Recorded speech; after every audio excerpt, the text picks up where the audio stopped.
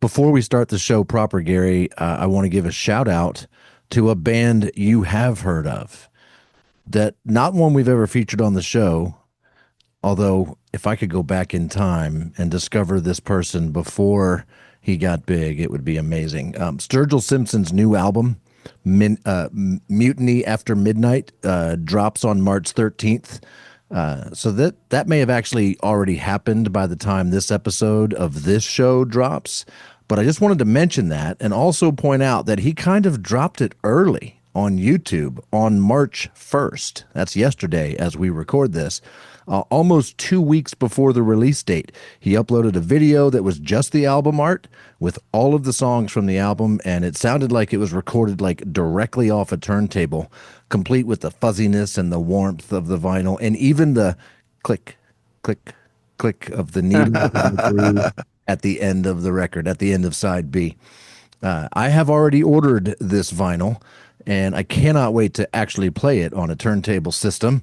Of course, I'll probably do most of my listening to it on Spotify when it does become available, but, and this is why I'm bringing all this up, to support Sturgill and get something tangible, nothing will beat the vinyl. It's why I'll buy every vinyl he releases.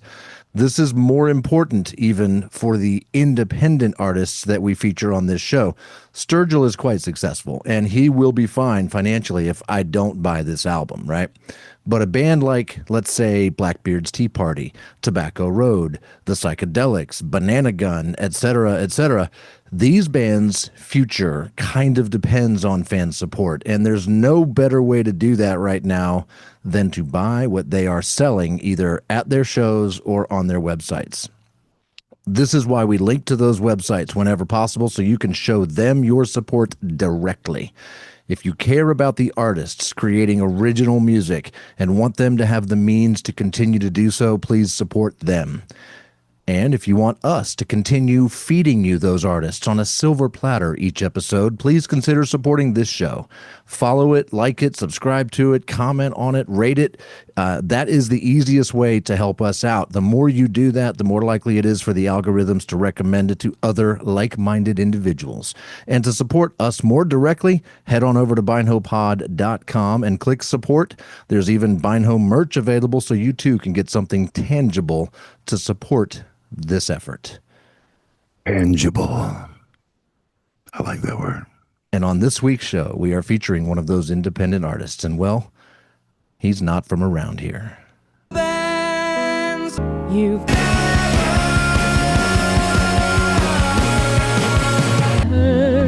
Hello and welcome to another episode of Bands You've Never Heard Of. I'm your host, JR. And I'm your co-host, Gary. I think we should tell everybody I am a little bit rough today, so I apologize if I offend your ear holes, but just bear with us and we will make it through. I think your voice is even more sexier when it's like that, buddy. All extra gravelly and gritty. Well, I appreciate that, JR. Yeah. We have a wild show for you today. Some unexpected twists and turns. We're going to change a few things up just a little bit. Normally, I introduce you to an artist and I play about 3 songs from that artist, usually in their entirety, so that we can get a full feel for an entire song that is representative of maybe different stages of their career, different albums, different time periods, different sounds, whatever that might be.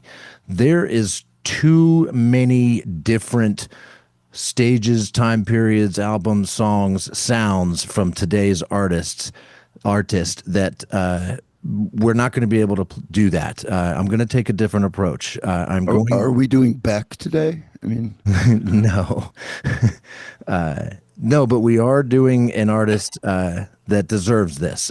So we're not going to play. The finale, the final song that I will be presenting to Gary will be played in its entirety. But leading up to that, it will most likely be clips of songs to give you a pretty good feel for what they sound like. And we've got, as I mentioned to this artist when I emailed them, I said, I've been really diving in and it only brings up more questions than answers. So I am excited to talk to you. And he sounds like he excited to talk to us. Today's artist, today's band you've never heard of, his name is Guy Collins. Ever heard of him? The name actually sounds somewhat familiar, but I couldn't tell you why. Interesting. All right. Ever so tiny little spoiler for you. He's kind of emphasis on kind of a blues guy. But so I mentioned him to a buddy of ours. I think you know him, Steve Hamilton over WNRN, and he's like, "Oh, I think I've heard of that guy, but there's a lot of blues guys named Collins. Oh, and there's a few named Guy as well." So And that's probably where I got it too. It's like, yeah. So, Guy Collins, born on the southern tip of Africa, he has been playing guitar for almost 35 years. His interest really took off when he was 15 on a warm summer day. The long-distance sounds from somewhere in the American South of Howlin Wolf on Highway 49 beamed into the living room. Guy Collins is a guitarist, singer, songwriter, and instrumentalist, drawing on African roots, Zulu Maskandi, Malian Desert Blues, New Orleans funk, Cape Goima, Southern gospel, roots reggae, rock and roll, and Mississippi hill country blues. He counts Jimi Hendrix, Ali Farka Bob Dylan, R.L. Burnside, Mississippi Fred McDowell, and Busy Malongo, Mafaz Omniama, Johnny Cash, and Bob Marley as influences on his musical direction. He is a relaxed and dynamic performer, equally at home in intimate settings and on festival stages. He started out in 1995 during the grunge explosion in the little student town of Stellenbosch, South Africa. The band Billy Goat were the antithesis of grunge, an improvisational blues rock band drawing on influences from the late 60s and 70s, such as Jimi Hendrix and the Allman Brothers. The band became a cult band in their hometown and at festivals in South Africa. Most recent projects include his own raw blues duo, Mean Black Mamba, South African fusion band Donovan Copley's Hot Water, as a member of Gerald Clark and the Dead Men, a band fusing Zulu Maskandi with roots rock, at the Rocks and Kings. His latest endeavor is to finish and release all those half-finished songs begging to be released. That is his Spotify bio. Wow. I might have run across him in one of this music collective that I've been in. I'll know when I see him, I guess. But this could be a first, ladies and gentlemen, that I'm introducing Gary to a band that he's already in some way familiar with. I'm actually working with a guy whose name I can't pronounce. It's not that I can't say it. I literally can't pronounce it. That is he is from West Africa, but he is now. This is not the guy. This is a different guy. Different guy. Different guy. Now you can see Guy Collins, and we're looking at his Spotify page here.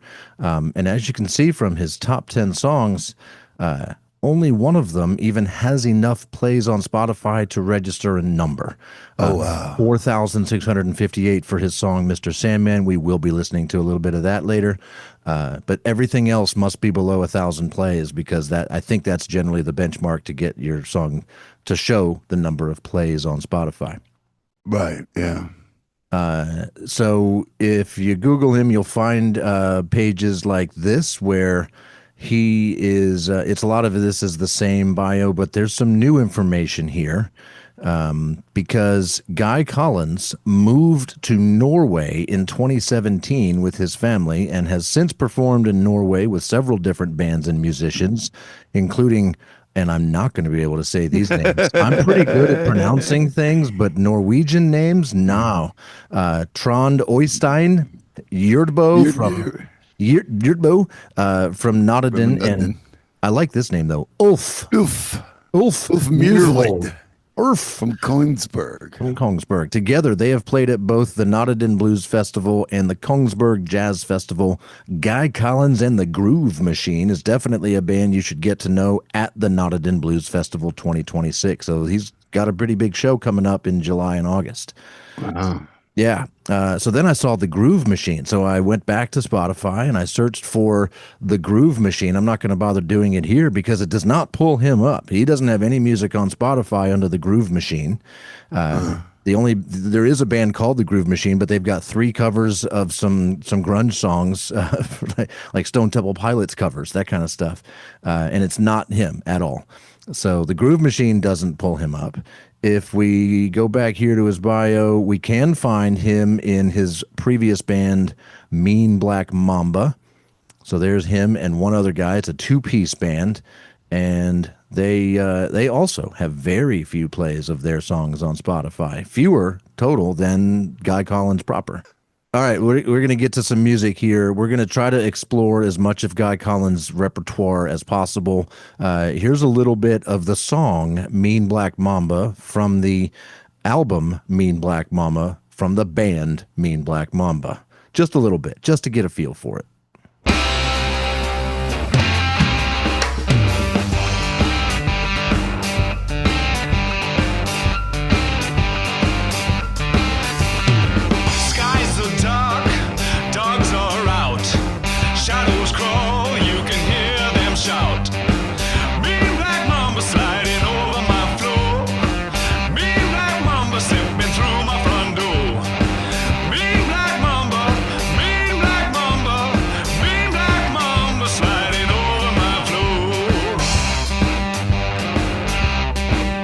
That's probably enough. Like I said, I want to play you a lot of songs, so we're not going to listen to much more than that on any one, except for the last one. But your thoughts immediately on Mean Black Mamba, Gary? That gives me Big White Stripes energy. Yeah. But I love that guitar tone. That was a good It one. is Yeah. nasty. He's got And all as the we blues as, guitar as we've seen before, the nastier the guitar tone, the more I like it. Sweet. Off to a good start then. Let's see. Okay, we're gonna go into his category, his Spotify profile page now, and we are gonna make it to some YouTube and some Facebook videos down the road here. But we're gonna start with my favorite song off of his first album. Oop, I scrolled down too far. Let's go back up here to his discography. His first album on Spotify, anyway, came out in 2010 called Global Vagabonds. And the song we're going to listen to is called Water to Boil. And I think you'll find it sounds nothing like Mean Black Mamba.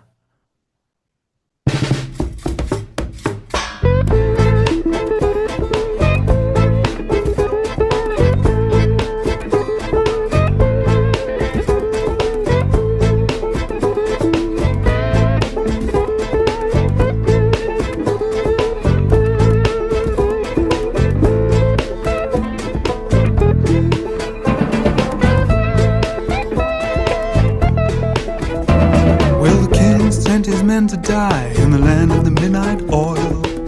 Everybody else sitting at home waiting for the water to boil. The businessmen showed them all the figures in proof of all their toil, and the people lapped up the milk of deceit as they waited for the water to boil. Waiting for the water to boil, sitting at home, waiting for the water to boil.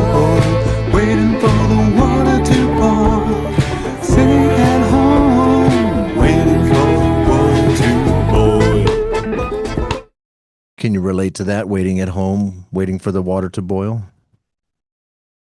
Yeah, except we have this, special boiler thing that is like that. It's like 2 minutes. But I love that. I love the juxtaposition of those two songs. That one's very Delta blues-ish, but updated like crazy until it gets to the chorus. Yeah. Which it takes on a whole different, it's like a whole different feeling, a whole different tone, different Mhm. everything. It's almost like it's two, they recorded it separate and put it together, which I think they most likely had to have done because the sonically it's different and everything about it is different, but it works in a major way. How about the I can't imagine doing that live though. right? It's like, How about that drum beat? oh yeah, on like I mean, it sounds like it's a cardboard box and a tin pan and a pot and And I and I mean assume that's it's got not some regular drums and even the pattern, right, is not a normal. It's for at least uh, normal for me or us, but maybe normal in South Africa though, right? African drum rhythms are a pretty cool thing. yeah. Yeah, so Yeah, good. but I mean, it just sounds like they're playing on various non-drum uh, implements that which you see that a lot, especially in today's DIY thing. People are playing on all kinds of things as far as drums, and that's cool. I dig that very much, and but it would the thing I like, and I usually don't like that. So I guess I've got to back up. Oh, nice. I guess I got to back up because I usually don't like that, completely switching everything between the verse and the chorus. But that one works. It really works. Very cool. So we're going to switch gears here a little bit and listen to a song off of his album from 2020. The album is called Cosmosippy Blues. And before we actually listen to it, I would like to. Where is my page here? Bandcamp. There it is. Here's where we get his story about the recording of this album is on his Bandcamp page. He does not have a dedicated website, so this is as close as we're going to get to that. And it's here's a paragraph about the album Cosmosippy Blues. The bulk of music on this album was recorded in Helsinki in the northern summers of 2010 and 2011. I was listening to a lot of modern times era Bob Dylan, the band, Tom Waits, and the Beatles.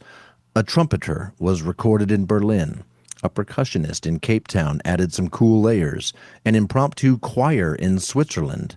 Studio Pink Noise, which is no more, was the scene of some of the first layers of these songs, and then the year after that, with the drums under the stairs in a wooden house on the edge of town, and the monitors were the hi-fi speakers.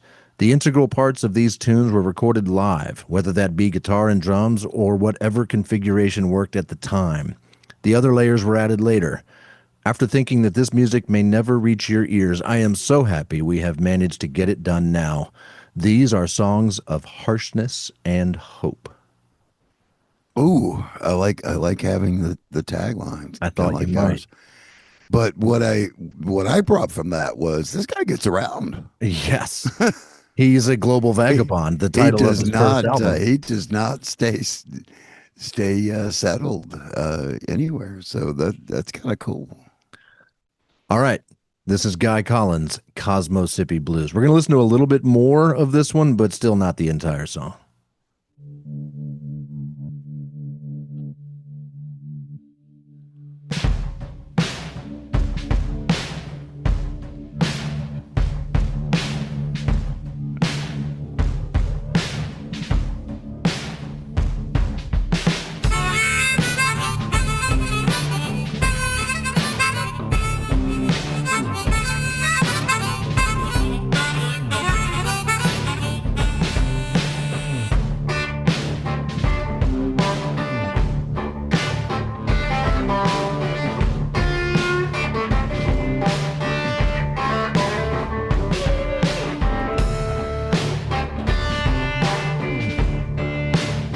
I like the sound of a valve in overdrive. I like to play blues and roll.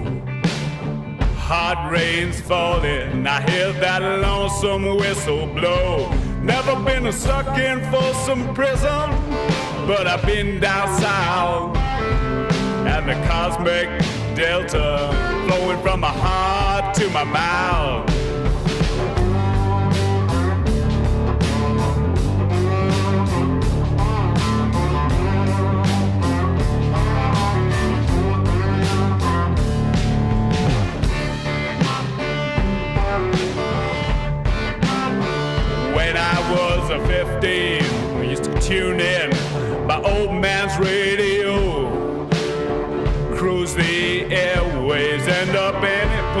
place I might wanna go.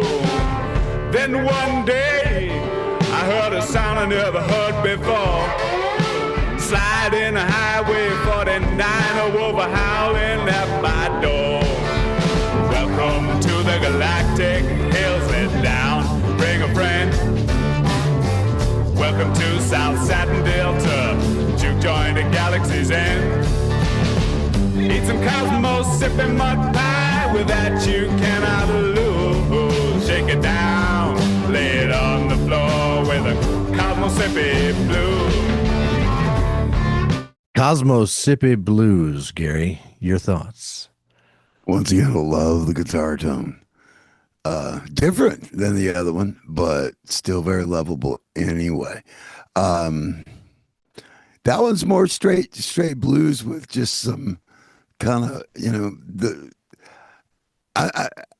what do you think about the drums? That's what I want to know, because as soon as I heard the drums, I'm like, because I know what kind of drums you want to hear when we're recording, and you've complained before, and I wanted to hear what you I want to hear what you think about those drums. You've mentioned several times the dirty guitar tone, the grunginess of it, and I feel like this was the drums taking on that same personality, that grungy, dirty, gritty drum sound. I mean, it wasn't super active. It was extremely sparse and bare and simple.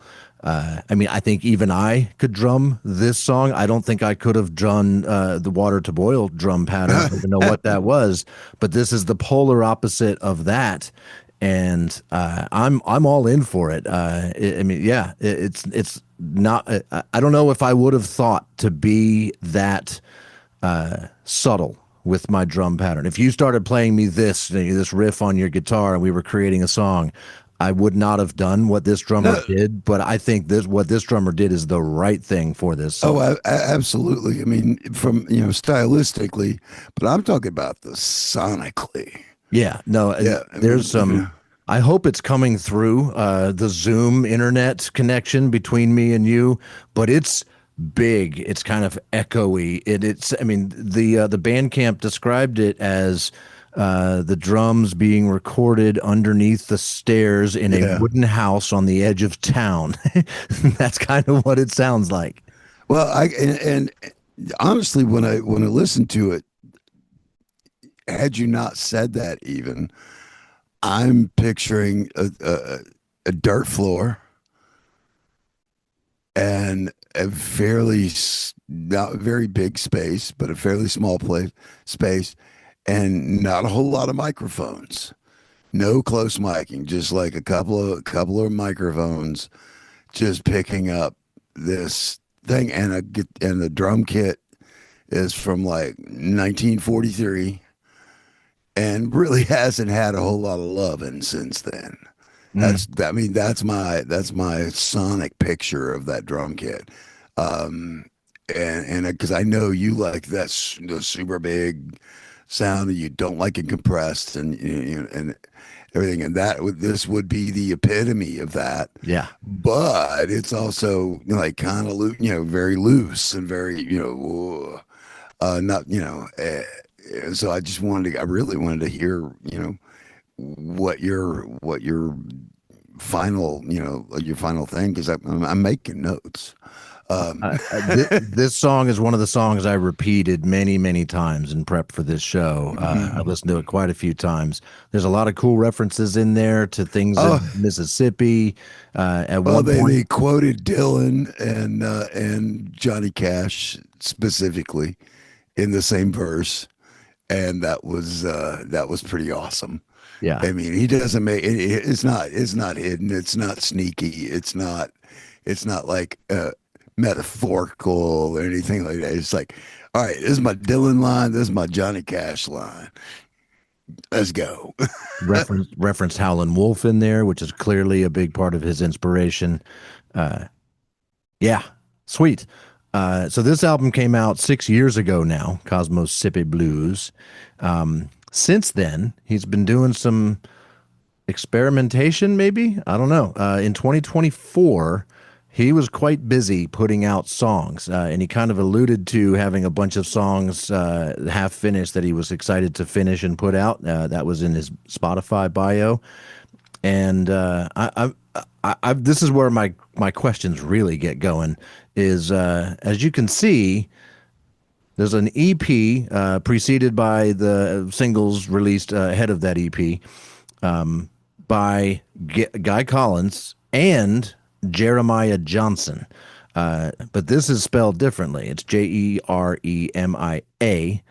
Johnson. I thought Jeremiah Johnson was just the mountain man. I haven't heard the blues dude.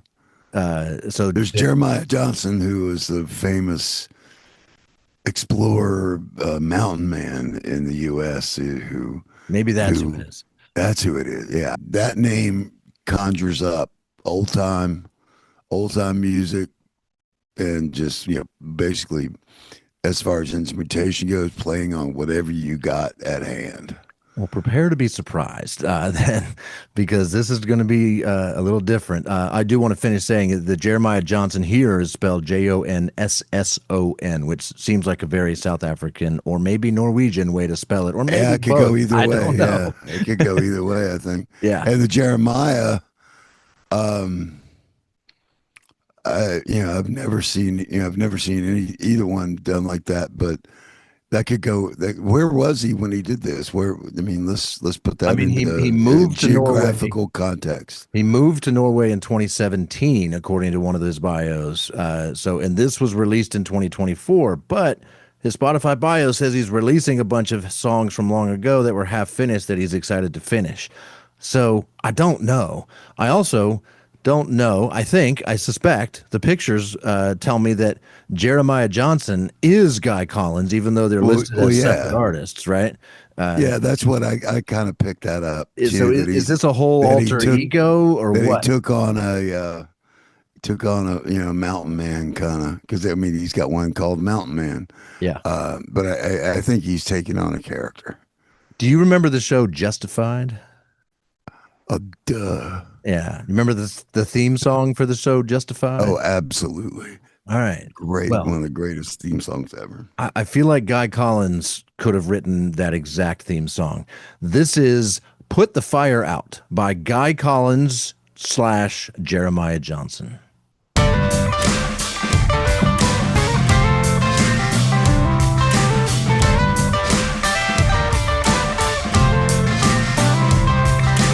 Silicon Valley and internet fam, I'm okay, I know who I am, not a free citizen, there's a baby been pushed in the pram, Mikey mixed up in a silicone jam, well there's Microsoft, a microchip, cows get them embedded in their top lip, some of them put one in your arm and give you a zip code, put one in you and it's stone cold, one day you'll be part robot and your eyes will stare with no spirit in your shiny silicone hair. Plastic heart, eating a plastic pear. It's a widow's story, but we're almost there. Doctor says, how about silicone breasts and lips? It'll suck the fat from around your hips. Nip tuck and make you look fine. Low, we drug you up and drink buckets of wine. Drug you up and drink buckets of wine. Drug you up and drink buckets of wine. Drug you up and drink buckets of wine. Drug you up and drink buckets of wine.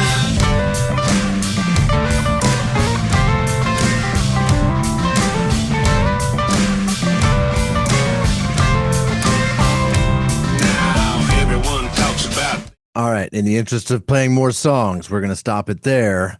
But yet another, because I've been biting on this one ever since the first line of the first verse. What'd you like about Put the Fire Out? Remember when we first started tonight, and I go, "Are we doing Beck?" Yeah. This is the blues version of Beck. Yeah. That was Beck. That was his version of Beck, and that was fucking cool as shit. But it was. I mean, he is playing with it. He's having fun. So I was worried that he was going to be a little too serious. But if that is what he's capable of, then he is definitely not too serious to the detriment of hanging and talking some good stuff. So Sweet. Yeah. but that was awesome. It was so Beck though. It was so Beck. So in the interest of And what was the name of that one again? The song. What the was name of the this? song, Put the Fire Out. Because I got to ask him if he was channeling Beck. And all 4 songs on that EP have a similar approach, right? Where it's kind of like a bluesy, rappy sort of thing, and mixed in with a very melodic chorus, and yeah, totally different approach. So now I want to take a look at his YouTube, and his YouTube. This is all his videos spanning from 11 years ago, so 2015 through 5 months ago is his most recent upload. And we are going to circle back on this song right here, Long Way to Freedom. That's where we're going to finish up. But I want to show you what modern day, as in 5 months ago, Jeremiah Johnson looks and sounds like. This is him sitting on a rock or a tree stump somewhere, I assume in Norway. I don't know. Playing just him playing and singing right to the camera. And once again, it's an over 5 minute song, so we're gonna get enough to listen to. Oh gosh, I got to choose. Do I have to choose? No, we're gonna listen to a little bit of both of these. This is "Hold On to Love" by Jeremiah Johnson. Jeremiah Johnson here. From the Norwegian wilderness, isn't it beautiful?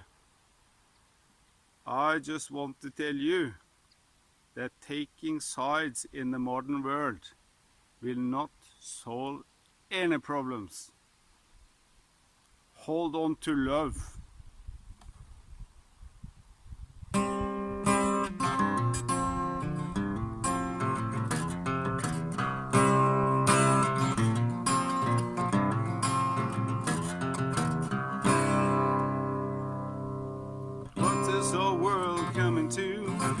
What's a poor boy supposed to do except stand up straight and reflect the sunshine? People here, people there, what the hell you think I care about the flag on your profile and what you post online? I hear you shouting from the roof, my facts are bulletproof. If I fire a warning round, would that be justified? Sticks and stones might break my bones. If you live in a glass house, don't throw stones. Words will never hurt me, but they haunt my mind. For God's sake, hold on to love. For God's sake, hold on to love. For God's sake, hold on to love. Hold on to love. That's "Hold On to Love" by Jeremiah Johnson / Guy Collins. Well, I think he answered our question in that. Which question? Is Jeremiah Johnson, is it South African or is it Norwegian? And it is Norwegian. Yes. Yes, so he answered our question for us. And he's going more, this is more of a standard. I don't want to say pop song because people have, they think all pop songs are by Britney Spears.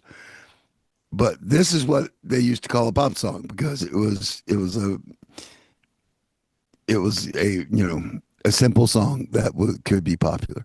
But yeah, I mean, this is just your straight up folk song type thing, which is a whole yet a whole nother new thing for him. And I'm trying to grab who he's channeling now, because he seems to channel a lot. He's not ripping people off. He's not faking it. But he is channeling different artists of his choosing, of his upbringing musically in the different subgenres or genres that he explores. And this one has a signature to it, but I'm having a real difficult time trying to put a person on it. So let's see how different this next song is. It was also released on YouTube 5 months ago, but he looks different. He's calling this one by Guy Collins, not Jeremiah Johnson. But again, released about the same time. This is How Many Bullets by Guy Collins.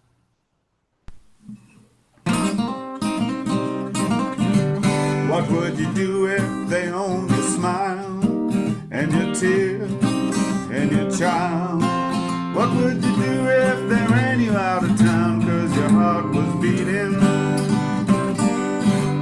What would you do if you were on the loose like a killer measured for the noose? What would you do if they hunted you down 'cause your heart was beating? What would you do if they patented your life, had a contract on your blood, nationalized your wife? What would you do if you had to pay the tax man to keep your heart beating?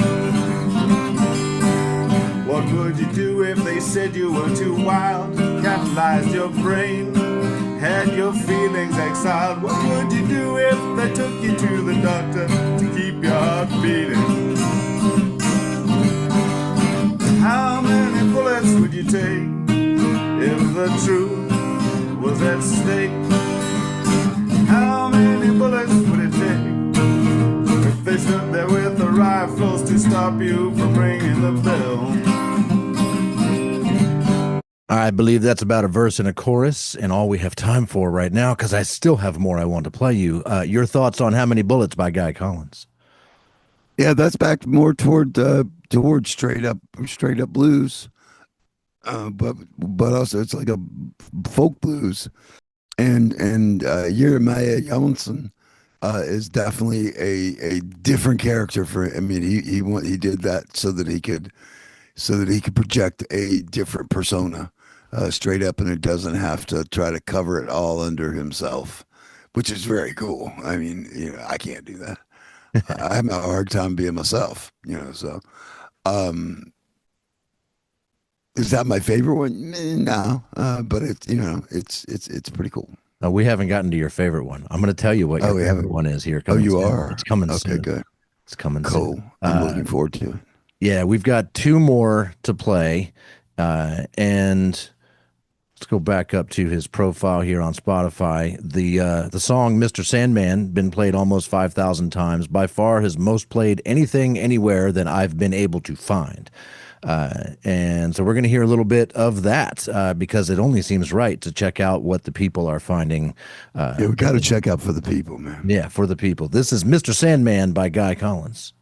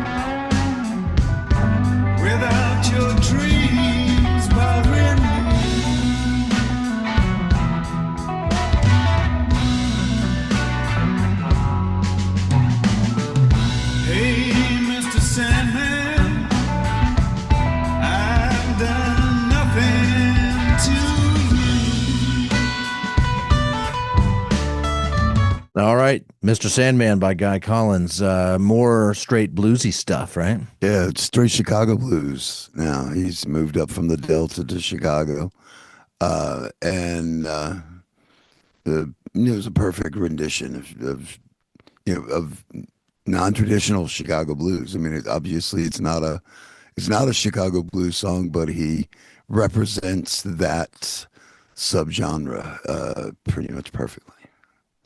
All right, we've reached the final song I want to play for you.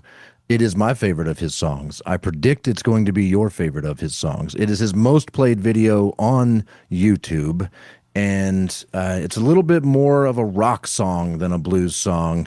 This is Guy Collins' Long Way to Freedom.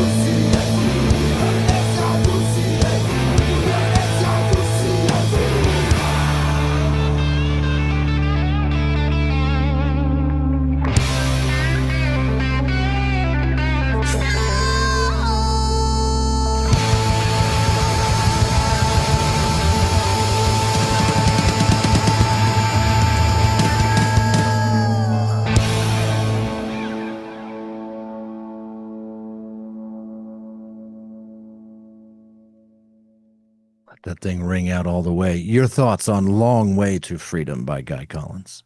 You were right. Yes. No, What'd you like about that it? was What made it your favorite? the theme. Yeah. I mean, it was a great song. I mean, it was a great song, but it was a great song about something that that needs to be sung, and it's not just a blues song about this or that, or it's not just this song or that song. And that was it's it needed to be said.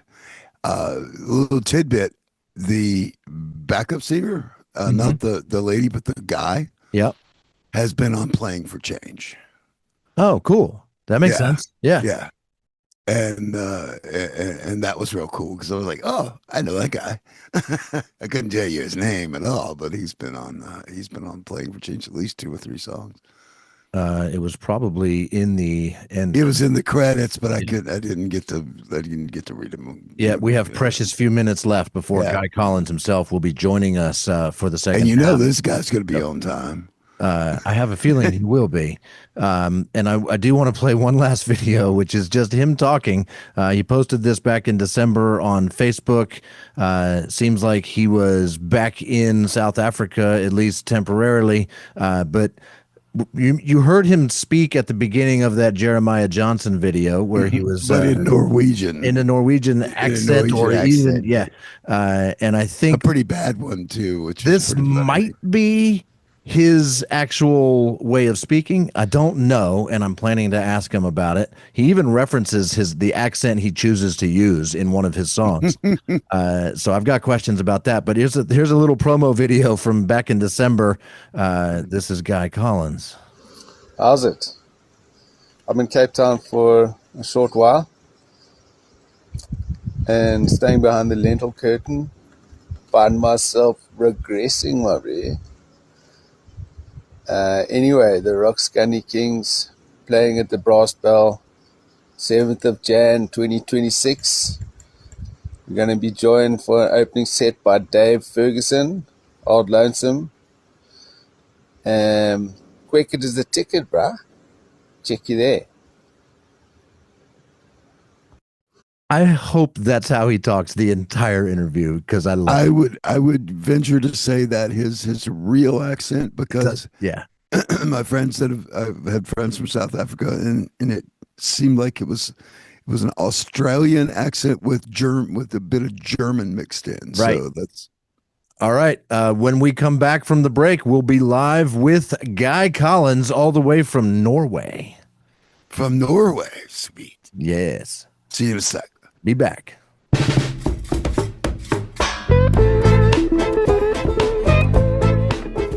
Hey. Hello. Guy is here. The man, the myth, the legend, Guy Collins, joining us on Bands You've Never Heard Of. How are you? I'm good. How are you guys? We are fantastic. We have spent literally the last hour with me playing about 10 of your songs, parts of 10 of your songs, and at least one song in its entirety for my co-host, Gary. Gary, Hey, Gary. Guy, meet Gary. Guy, good to meet you, sir. Hey, I Gary. am actually a little bit under the weather, but It's okay. still fantastic because we're on with you. And you're in Norway right now, right? Yeah, I'm in Norway. Oh, sweet.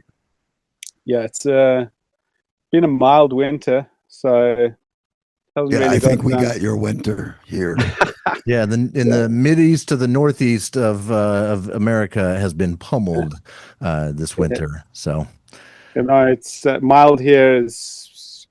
It got down to I don't know what it is in Fahrenheit, but it's like minus 20 centigrade. But a couple Oh, of days. that's not good. No. But for the most part, it's been a bit kind of up and down, rain, and then snow, and then slush, and it's not been very nice. Normally, where I live, it's like proper snow winter.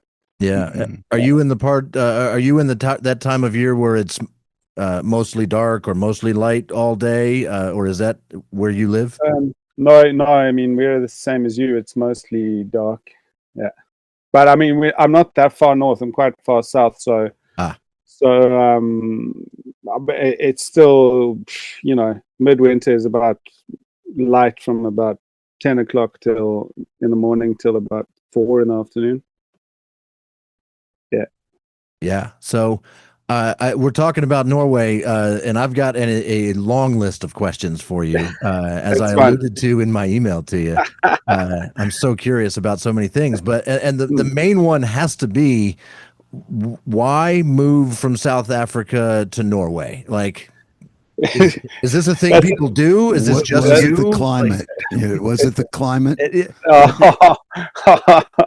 No, I met my wife in Switzerland, 2009. We were both studying. She's Norwegian, so we moved to South Africa, and then, like all good Norwegians, when we had our first child, she kind of started making noises about moving back to Norway, which is quite a typical thing. Cape Town's quite an attraction for Scandinavians, so I know a lot of them, but as soon as they have children, they want to move back for the most part. Is it a longing for home? Is it more logistical than that? Is it more practical than that, like the healthcare or what? Yeah, it's healthcare is free. Those kind of, you get a very long period for staying at home with a new child. It's about 6 months, or 4 or 5 months per parent. So that kind of thing. So there's a stability there, but for me personally, it's been quite a ride. Well, we've noticed that you've been around a lot of places. One of the songs that JR played for me, and he's been living you for a month. I've been living you for about 45 minutes. So, but one of the songs he played, and he was reading the bio behind her, the info. This would be Cosmos-Sippy Blues that he's referring to. Cosmos-Sippy Blues. That this was recorded in Switzerland, and this was recorded in South Africa, and this was this was part in. Yeah. So you get around. It's not like you just were in South Africa and then up and. No, I mean, that song is actually based on Big Reds in Clarksdale, Mississippi. It's a juke joint in Clarksdale. Mm-hmm. On the wrong side of the tracks, if you get my meaning. It's just a shack in which is actually the right side of the track. Yeah, which is actually the right side of the tracks. 100%.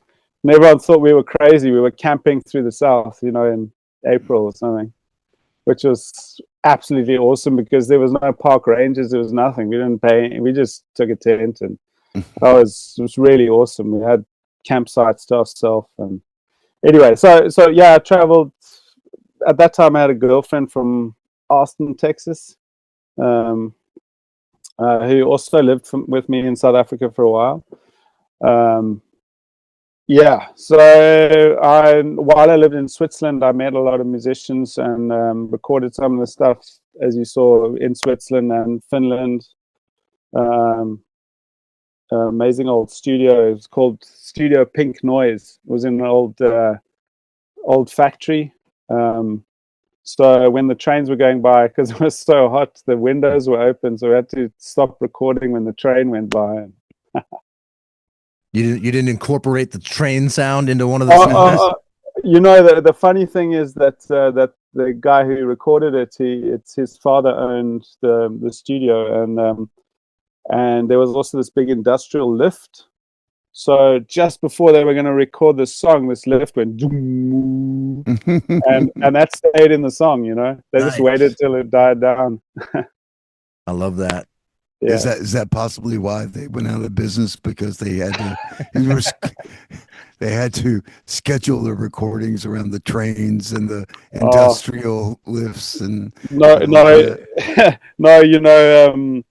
it was his dad and a couple of mates, and they had a band, and they basically had this set up. So I mean, there was all these old amps and a drum riser, so it was like a huge live room. So everything we recorded pretty much the core of all those songs was recorded live in a room, either there or in this old wooden house, which was some of the. That's where you did the drums for that song. Because to give you a little background of us, we've been together for 18 years. We've been playing music for 18 years. He's the drummer. He's my drummer. I'm his singer. So we don't want to get into the whole Rolling Stones thing here. So, but he always gets ask me about the drum, about the guitar stuff, and and how, what do you think about this tone or that tone, and that drum, the tone of that drum, the drums in Cosmos Mississippi was just so good. And I asked him, because he likes the big, but like the big, not overly processed, but it kind of processed sound. Yeah. How did you get that? Did you like stick it in there with a couple of mics? Did you, that recording, that particular song was like, we recorded basically, there was like a living room with an open door into a kind of a small area and a staircase that went up. And basically the drums were halfway under the staircase, and that's all that sound is all live, including the vocal, and our monitors were like the hi-fi speakers, like just loud enough that we could hear them, and he positioned so no headphones or anything. No headphones. That's just in the room. Yeah. And that drum sound, he doesn't mic with more than, I would say, 3 mics. Maybe there was a mic up the stairwell. I don't know. Can't remember. I don't think so.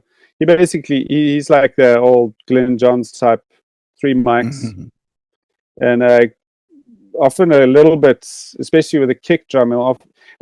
He's a very interesting cat. He uses a lot of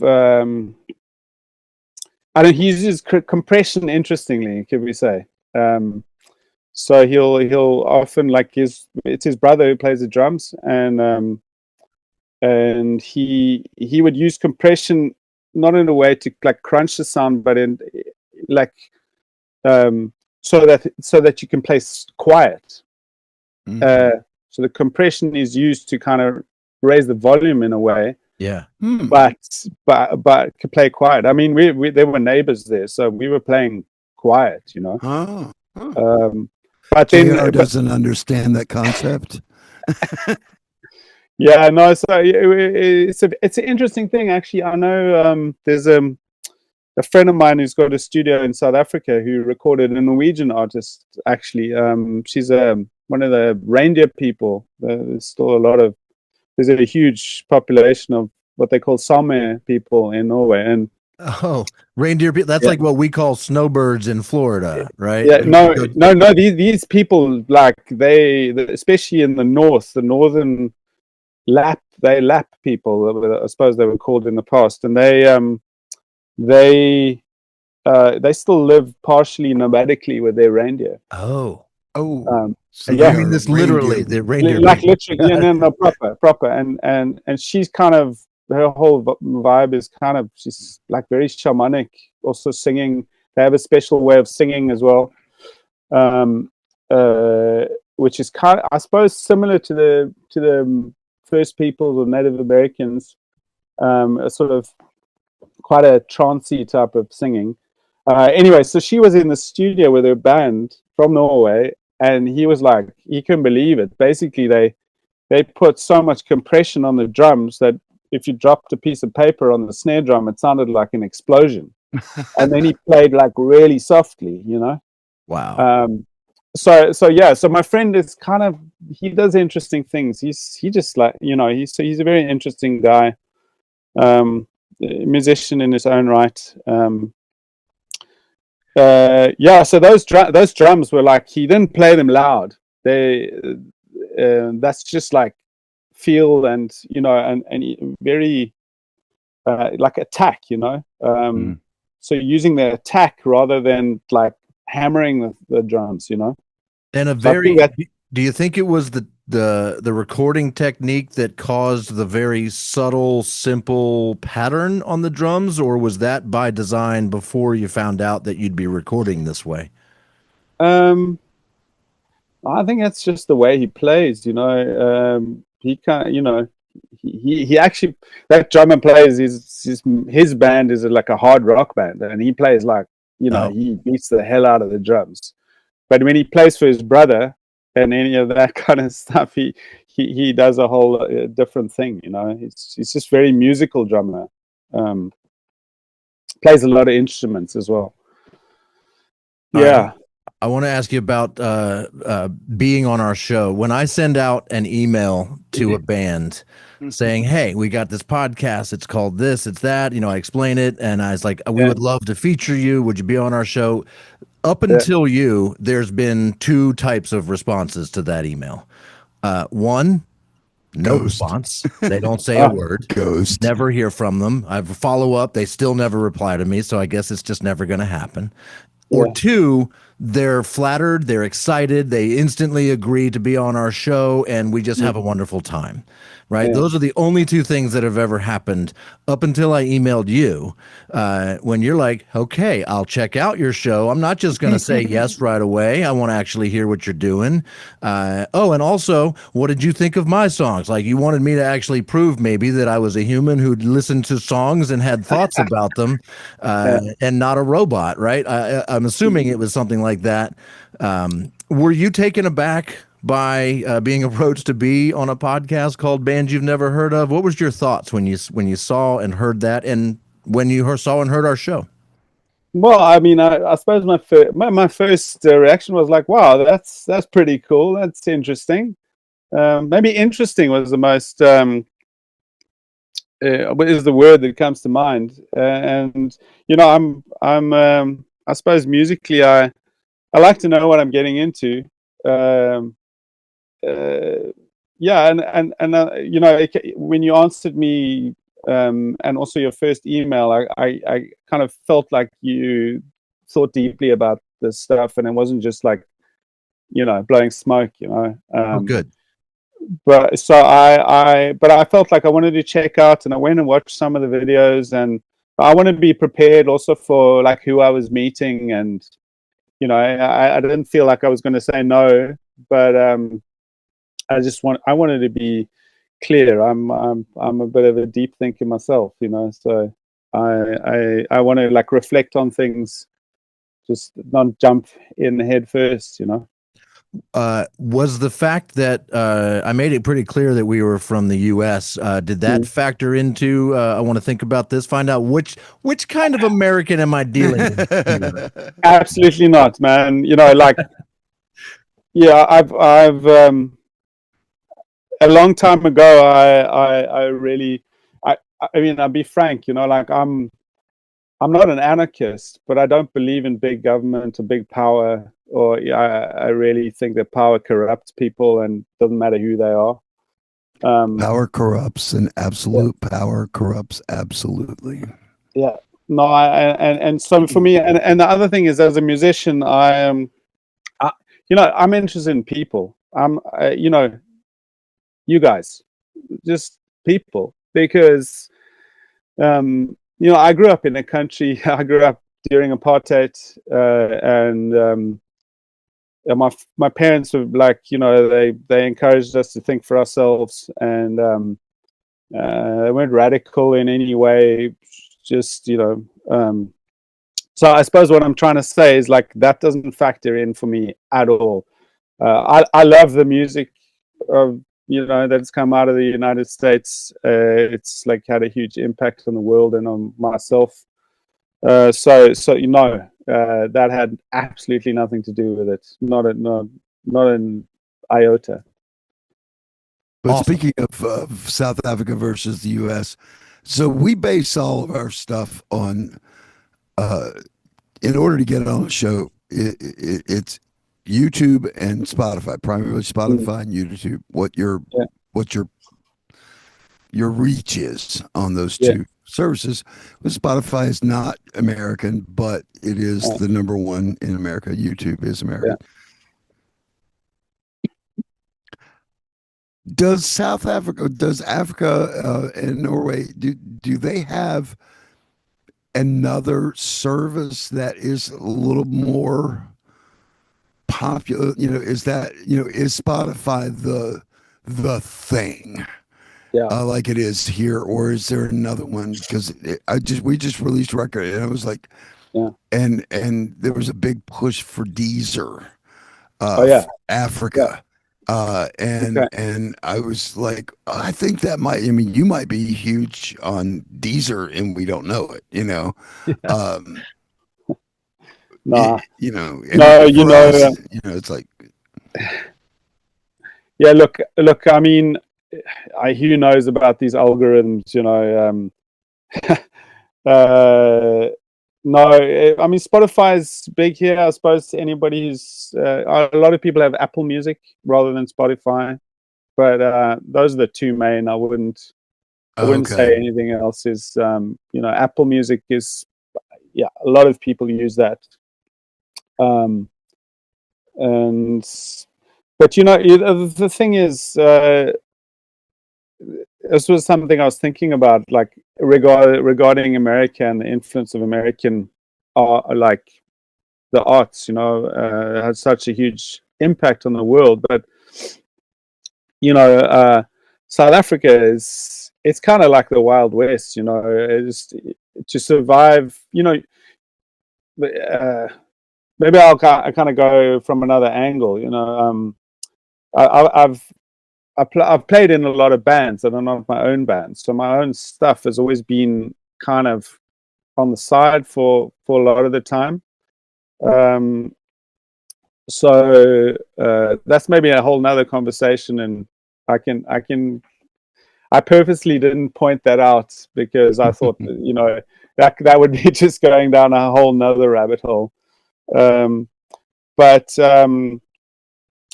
so when I lived in South Africa, I gigged like 5-6 nights a week, maybe twice on a Saturday, depending on what was happening.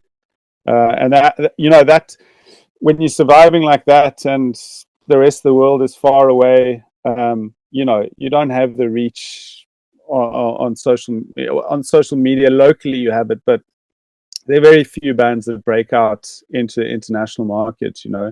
Relative to the amount of really great musicians.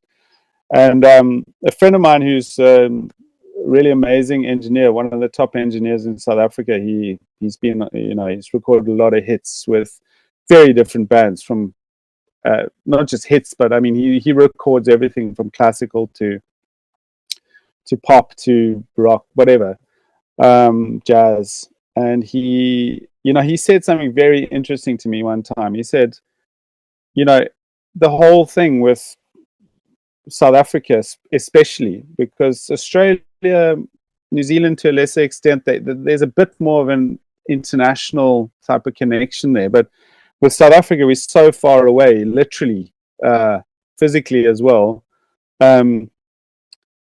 Like, when you're gigging that much, like the guys who are at the top are like, they're really good. Like the jazz cats in Cape Town are just like incredibly good.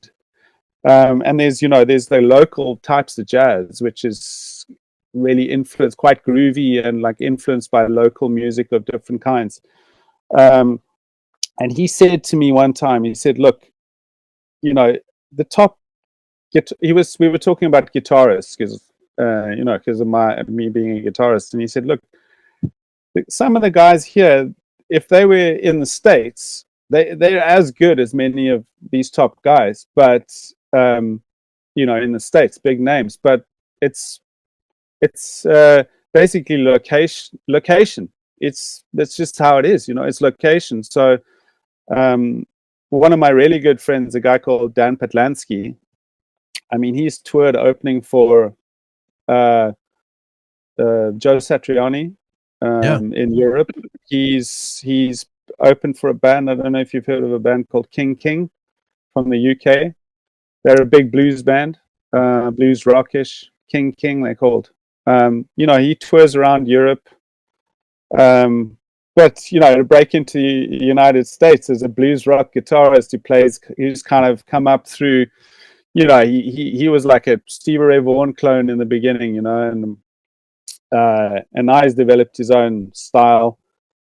But yeah, there you are. There's a guy who in South Africa is quite a novelty in a way, because of he can do that stuff. Whereas, like, I mean, just go to Memphis or Austin or wherever, and these, you know, it's a dime a dozen. Yeah, small fish in a Nashville, huge yeah. pond.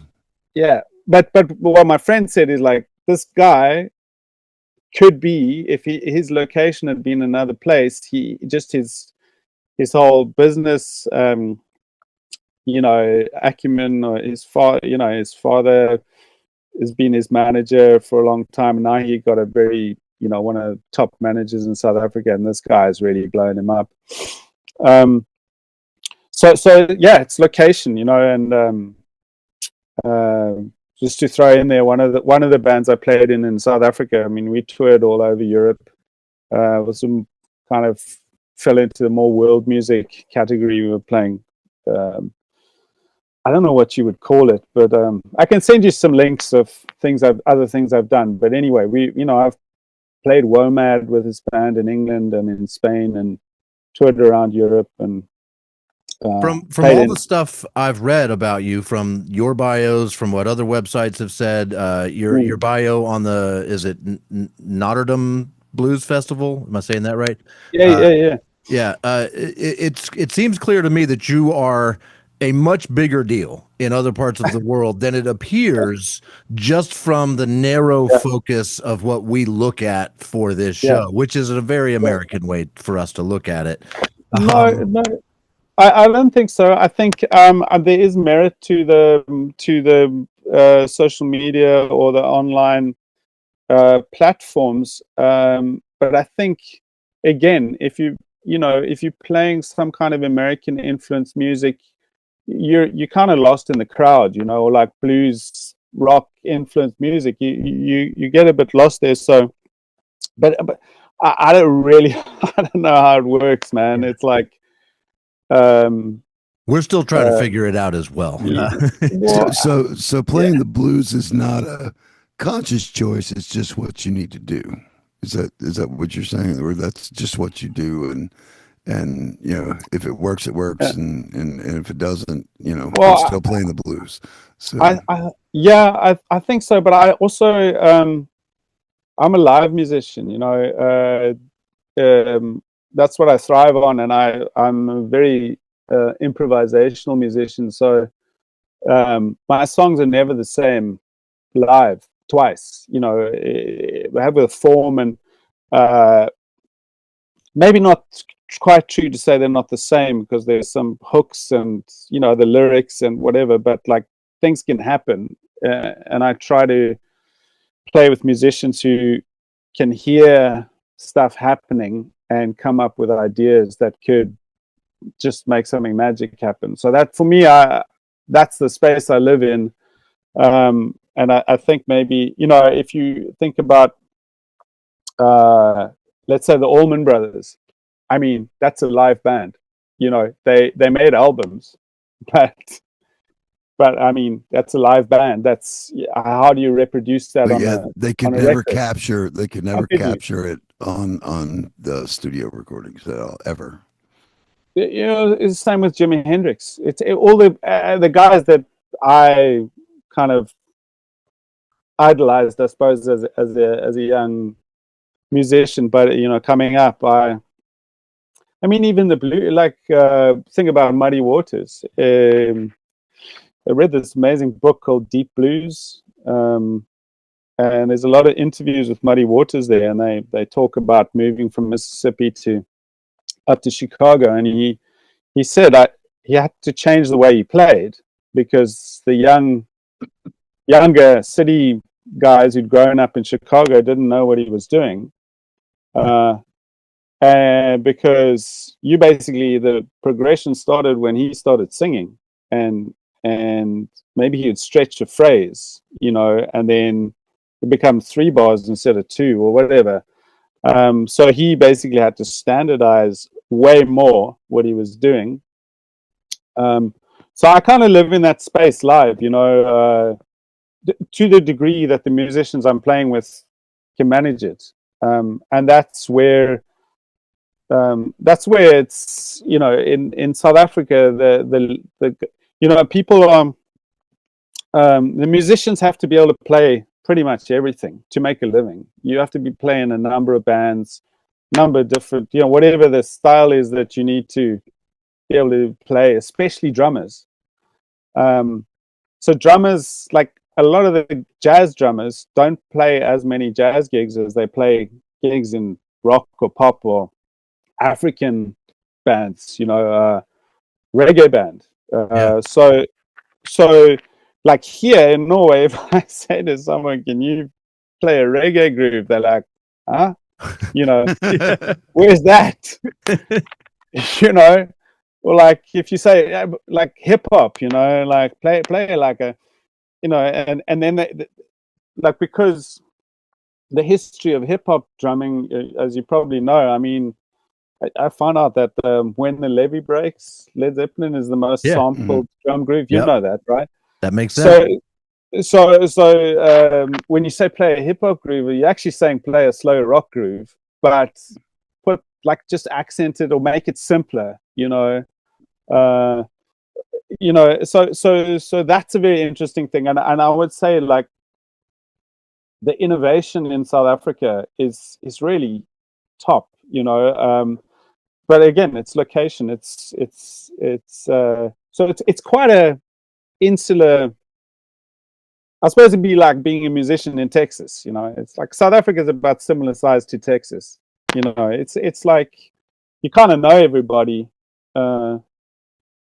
Yeah, even though there's 60 million people in that country, they like obviously not everybody, but you bump people at festivals and on the road, and so it's quite a brother sisterhood, whatever you want to call it. You've been in Yeah.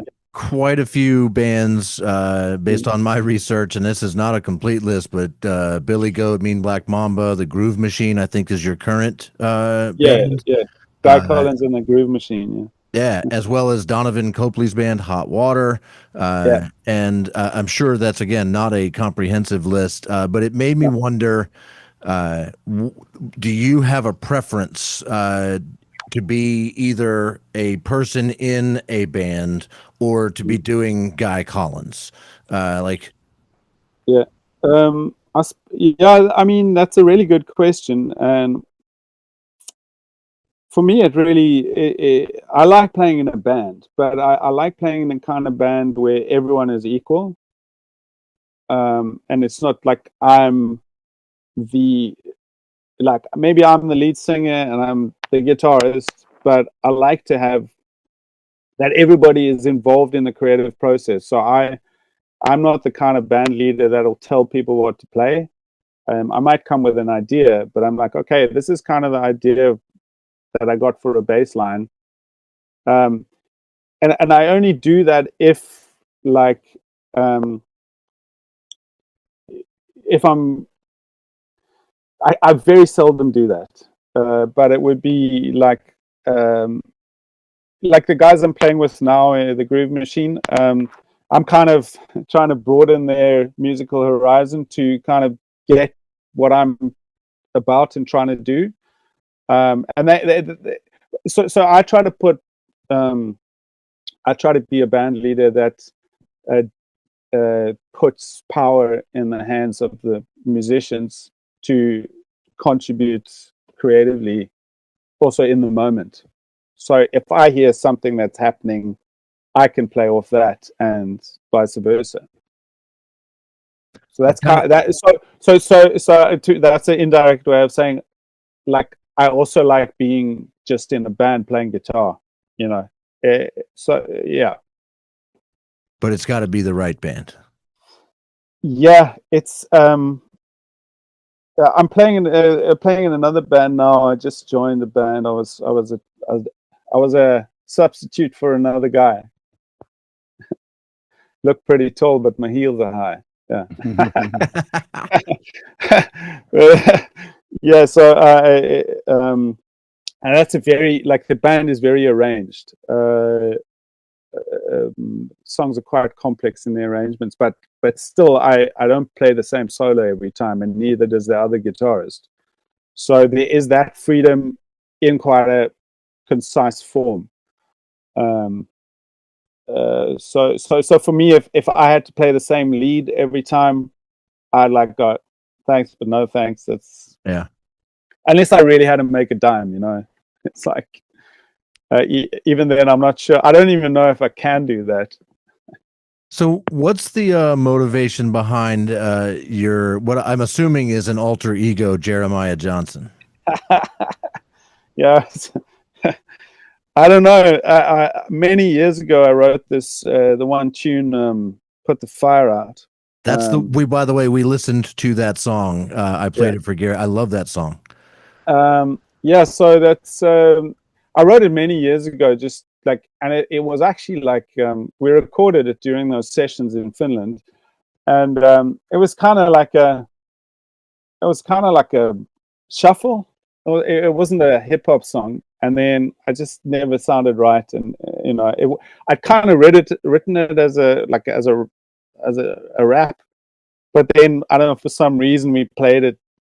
I don't got in my head, we play it like this and whatever, and then so that's been lying around, and I thought, I don't know, I was messing around. I played some, I wrote some kind of, what can you say, hillbilly rock and roll type of, kind of, I suppose, like almost hick hop is what, what I might call it. Yeah, that is hiccup. No, but before this, the kind of idea for the character came from the fact that I wrote some songs that kind of like mountain music, but you know, like not like clean bluegrass, but like proper like mountain music, but like kind of outlaw country mixed with mountain music. So you know, like I wrote them as acoustic songs first, and then I was like, oh, who's this guy? Like, what is this? Because I love that music as well, and it's been, you know, I play a bit of 5-string banjo, but like claw hammer mixed with, I like my own picking. It's so did you realize that you were channeling Beck on that song, or is this something completely? Am I blindsiding you? Channeling Beck. Can you just clarify? Channeling Beck, the artist Beck. Oh, Beck. Yeah. Beck and Moby. I used to listen to them like quite a bit. So because it seems like you channel different artists throughout your repertoire, and you never go so far as to just like, oh, I'm copying this. This is this, and, you know, whatever. But I could every song that JR played for me, I'm like, okay, well, this is what I hear here, you know, and then you would go and you do something completely different. I'm like, okay, well, I hear this here, but that one stuck out, you know, very, very broad. Like, oh, dude, that's a Beck song, and and I, you know. If there was any way that you could get that song to Beck, he would probably do it, you know, because it is because it's such a good song, number one. But number two, that is so much what he does. And he does that. He skips genres and he takes on personalities and different characters and such. So, but that was, you know, that hit me right across my face going, well, he's got to be doing this somewhat on purpose. You know, you don't just do this totally random. No. But is it, you know,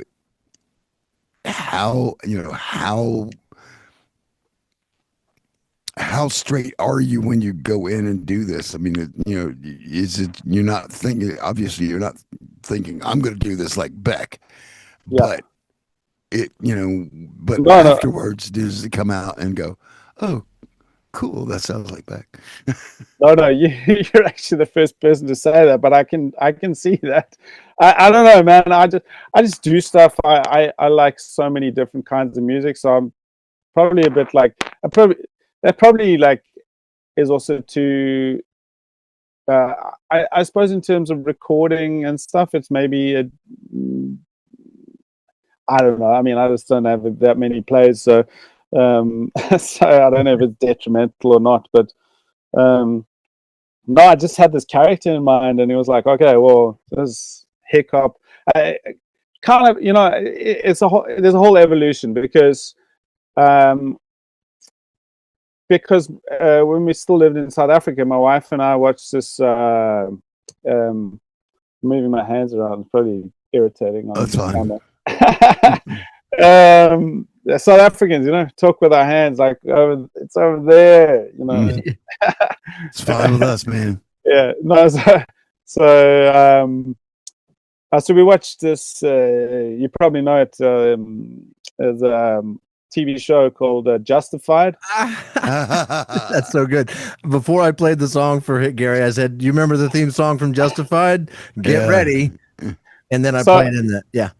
So I would say that song is probably like one of the catalysts for the whole idea, and like just the characters in that thing is like, well, I mean, these guys are. What was really cool about that was his name Boyd character. Yeah. He was like quite a deep dude, Mm-hmm. but he's like such a hick as well, he's just such a hillbilly. And yeah, I don't know what it is, I mean, it's a really long history because when I was 4 years old, like my favorite song was Boy Named Sue by Johnny, live at St. Quentin. My parents had this very eclectic music collection, which was quite odd in South Africa during the like 60s, 70s, 80s, because the music just didn't get in, So, I mean, they never heard the Beatles after about 1967, maybe 66. So they only knew the first era of the Beatles. Because there was a boycott then, and then a lot of music got just.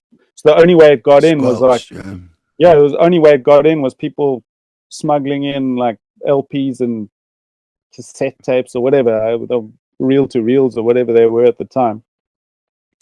So it was Johnny Cash live at St. Quentin was my favorite record when I was 4 years old.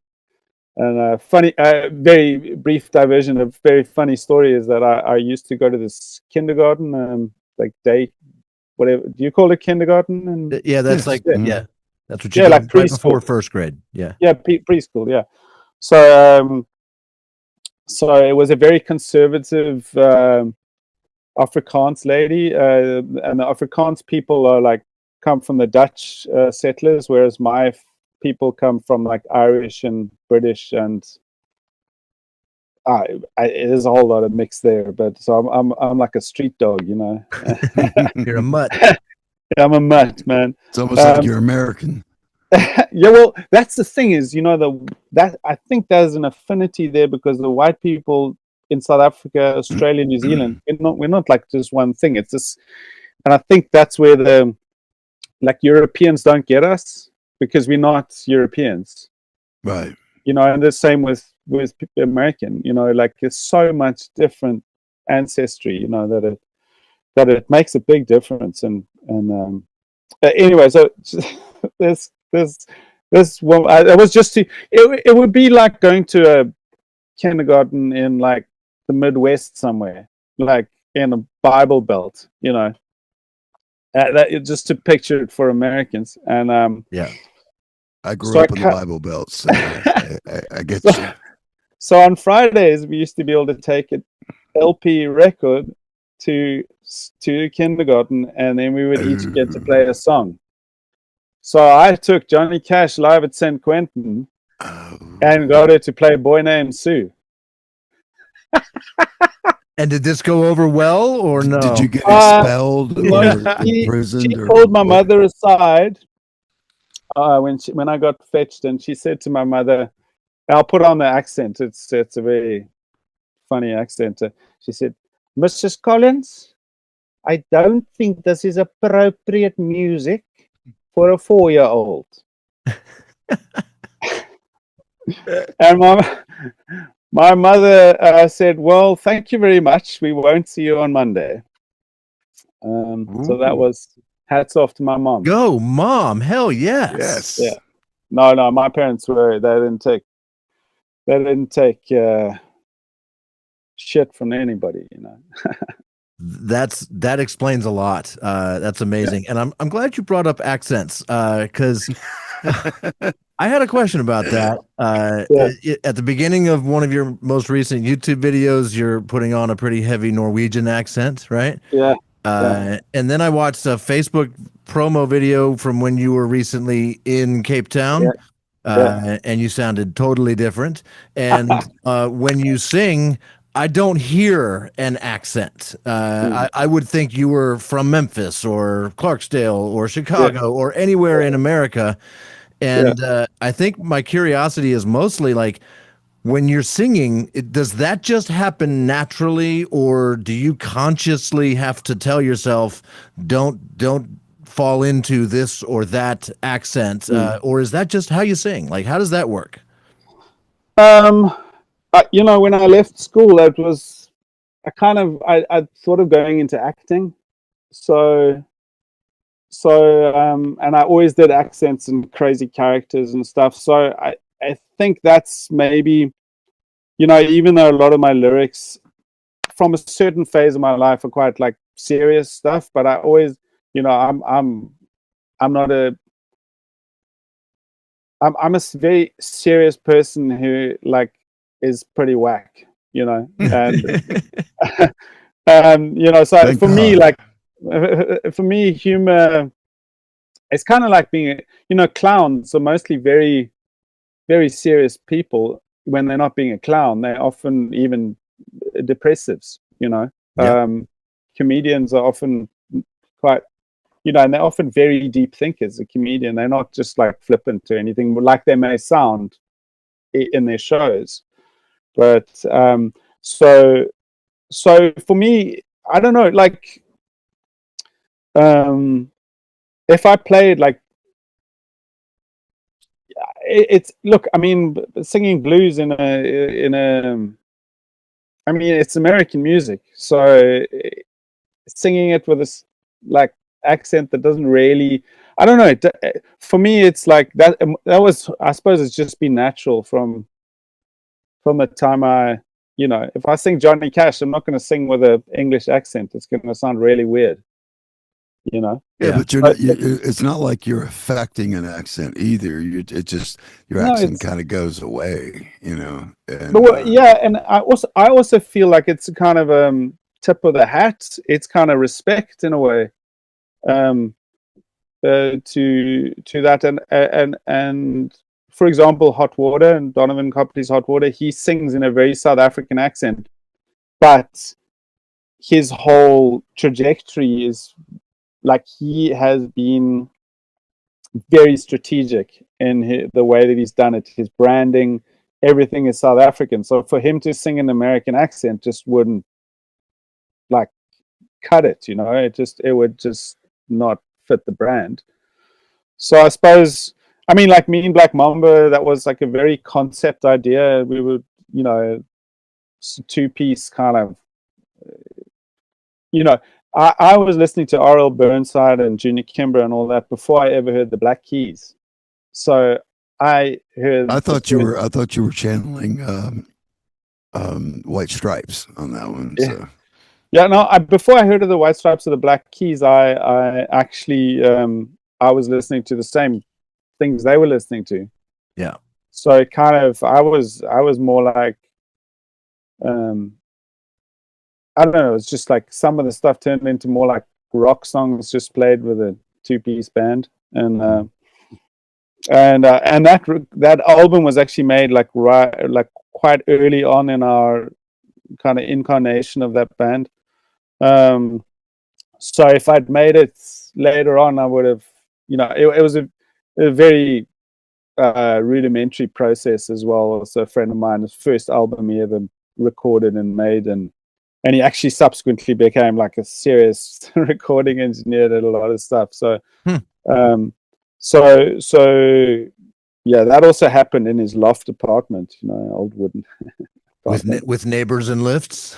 With his parents downstairs. I love that we hit on this song all of a sudden, because I fell in love with your guitar tone on that song.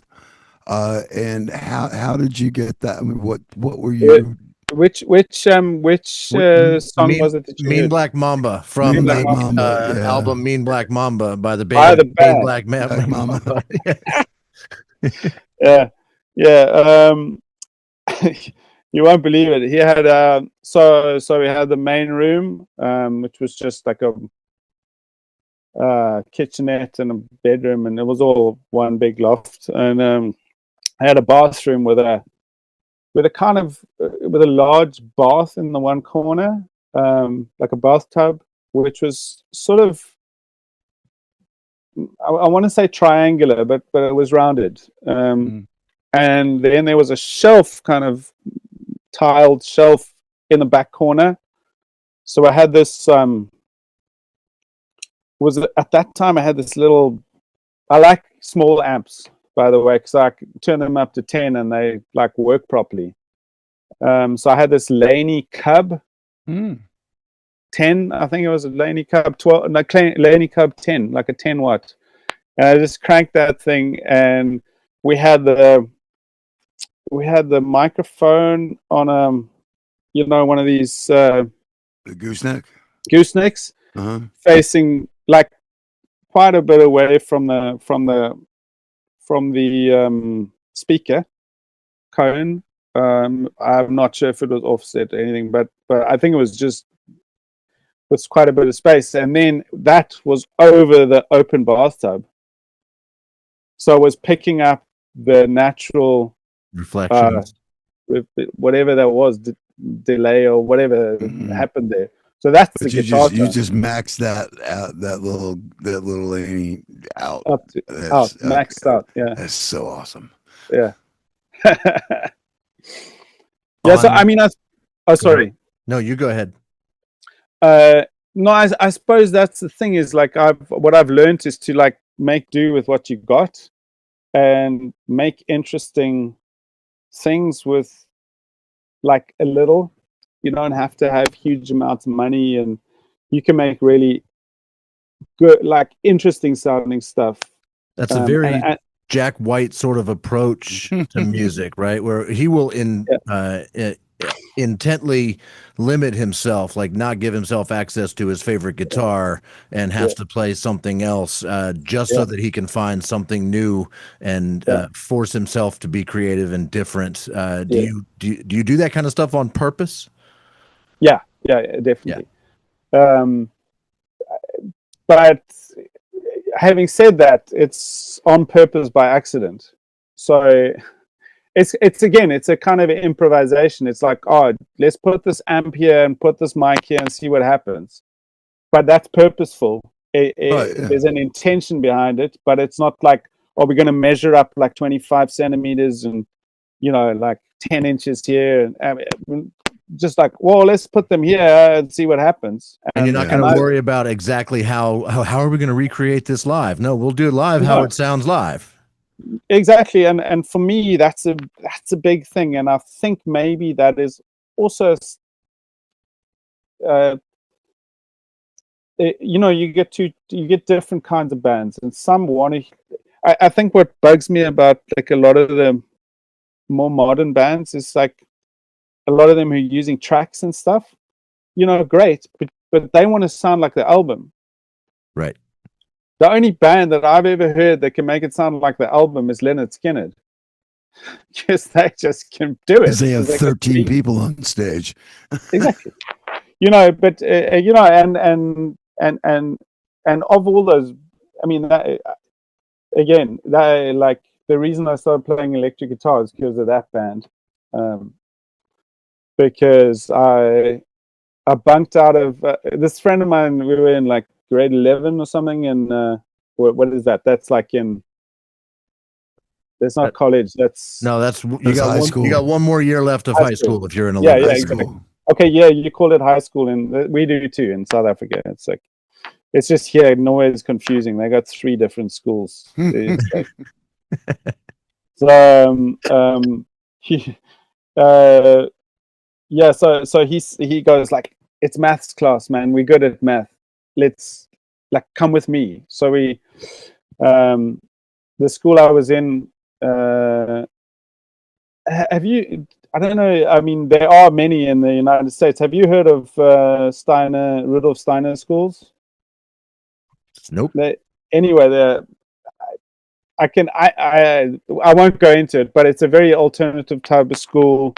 A lot of art, theater, music, fine art, and all the other. So very, very broad education and very encouraging of thinking for yourself. So yeah, so he said, well, let's bunk out, and so we went into the side room and off the stage, like the little prop room that nobody goes in unless there's a theater production. So we in the back there with a little tape recorder, and he's like, listen to this, and he puts on Pronounce Leonard Skinner. I'm like, what? I was like, I just heard that. I was like, oh my goodness. And I was playing guitar like since I was 15, but my parents didn't buy me an electric guitar for some other reason. So I only got one like after I heard that album, and my godmother actually said she'd buy me a guitar. Like, oh, I got the cheapest Strat copy you could get, and got a Marshall valve. No, not valve. Marshall, like 10 watts, Solid state practice. transistor. Yeah, no, so bad. So, but that's kind of what, and that kind of is where Billy Goat came from. So, we were listening to Allman Brothers, Leonard Skinner, Led Zeppelin, and stuff like that. So I got a question. I got this might be the penultimate question. Oh, okay. Yeah. So I had no idea that y'all would be influenced by Leonard Skinner. That just blows my mind. So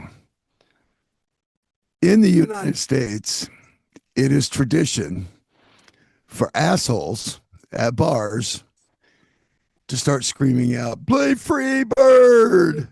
Do you get that in South Africa or Norway? Oh man, it's everywhere. Oh, it's Jesus. Everywhere. Yeah. No, it's everywhere. Yeah. No, I'm sorry we brought that on the world. No. I've been known to do it. I've been known to do it myself, man. Actually, my favorite one is no matter what, like people are playing, especially at jam sessions. My favorite is to shout out, "Play another Elvis tune." I'm a big Elvis fan. Me too, man. I actually, unless you guys have to go, I don't have to go straight away. So, I mean, we don't have to. For my part, we don't have to round. I was just saying that because it was such a perfect question. I'm glad you said that because I have more questions. Yeah. No. Look, I mean, I'm here. I just didn't want to start too late because I kind of knew that I talk too much. So, and my father was a storyteller. There's so much. I think that kind of maybe that explains me. Like in my history, my father grew up in what is now Zimbabwe. So it was still Southern Rhodesia, the British protectorate or what, I don't know what. Yeah. And his dad was a rancher in what is still one of the wildest regions in Africa. And so he grew up around like wild. It was wild, like lion, elephant, and everything. So my dad was but my dad was also kind of very he was a kind of philosopher artist type. So he had both this bushman, like full on like hunter, but not in like what I've seen of the US with, the camo and like that whole thing, like there's, oh man, like when I see that stuff, I just laugh. I mean, my dad was just, he was like serious, like shooting to eat, like, and out in the bush. So I think that also like, that had a big influence on me, like growing up with a dad like that. He wasn't like constrained by the modern world. He would kind of didn't really fit in many ways, even though he had this. He was like unreconstructed rebel. Oh, not in the American sense. I'm just joking. sure. It's just a joke. He was like a civilized wild man. So he had this. He was like one of the most beautiful people that I know, and I know that because many people have told me as well. So it's not just mine. I love the concept of a civilized wild man. That's fantastic. Civilized wild man, yeah. No, he had. If you met him, you would never know. But if you needed a guy, and you got like were out in the desert somewhere, and your car broke down, and you had no phone, which we didn't back in those days. I mean, that's the one guy you'd want like on your side. Yeah. So like he was like that. He was just like you could put him out in the wild with a knife, and he would have been fine. But at the same time, he's an artist. He's a philosopher, and Absolutely. there's this whole other side of him that you wouldn't expect from that outward appearance. No, but I think that's interesting. A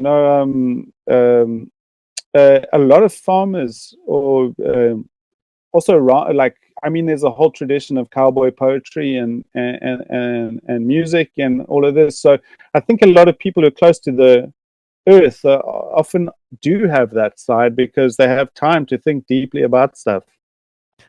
I wasn't sure if we were going to get around to this question or not, but it seems like the right time to ask it. So one of my favorite things to see is typical American country music fans, right? And when I say country music fan, I'm talking about the people that are into like popular country of today, not necessarily not the Johnny Cashes of, but the I don't even want to say their names, but fans of those people.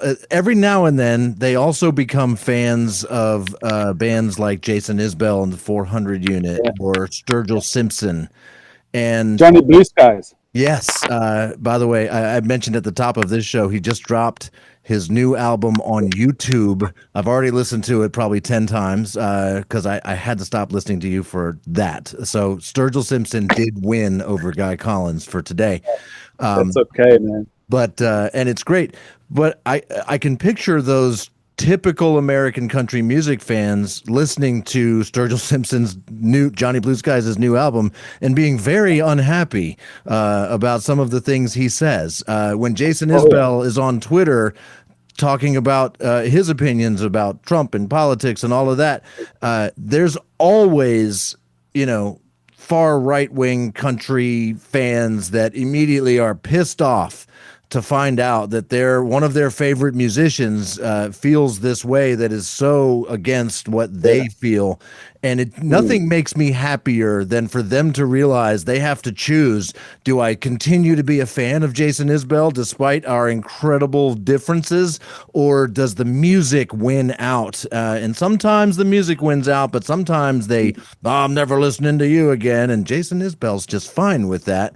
I'm wondering, can you think of any experiences like that that you may have had? Because I could see where that could happen, right? Where your music sometimes presents as a certain way, and you think, oh, everybody listens to that, thinks a certain way, but that's just not the case. Have you had those experiences?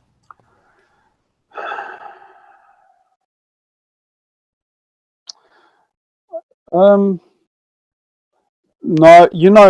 when I first started out in the 90s, my band, like we came up in that Billy Goat, we came up in the time of grunge, and Yeah. the town that I started in, um,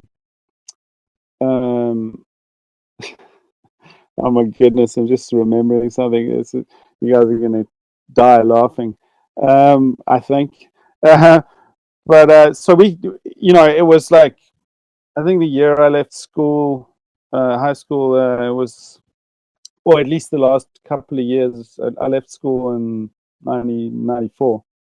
And so there was like, I mean, it wasn't just grunge, but it was, it was like Nevermind. It was like Blood Sugar Sex Magic. It was like Yes. the um, Metallica Black. It was Soundgarden, like Super Unknown. It was like this stuff was coming out. So I was listening to it, and all the guys in Billy Goat, we were listening to that stuff. But but two of the guys in the band, they were like massive The Cult fans. Oh, they're huge. you're speaking both my language and Gary's language right now. Yeah. You've mentioned a lot of wonderful bands that were very influential for both of us. Yeah. So I mean, I love Soundgarden. I don't listen to it that much, but my kids are like now listening to it. I mean, I've got a 10-year-old now, but he's got amazing eclectic taste, and he's like my radar. So I like play something to him, and if he says, "No, this is good," then I'm like, "Cool, let's put it on the playlist." So he's got a playlist that started when he was 4 years old. Oh, sweet. We put it on. Yeah, and then he asks every now and then we put it on random, but it's getting so long we never get through it unless we drive for 10 hours. But so my point, back to the show. Yeah, so that's the kind of picture, and not only that, but we were in the town, which is a huge student town called Stellenbosch. And in that time, apartheid was just over. Everything was like just suddenly blown wide open. Like it must have been like being in, I don't know, San Francisco in the like '69. Okay, like Haight-Ashbury kind of stuff.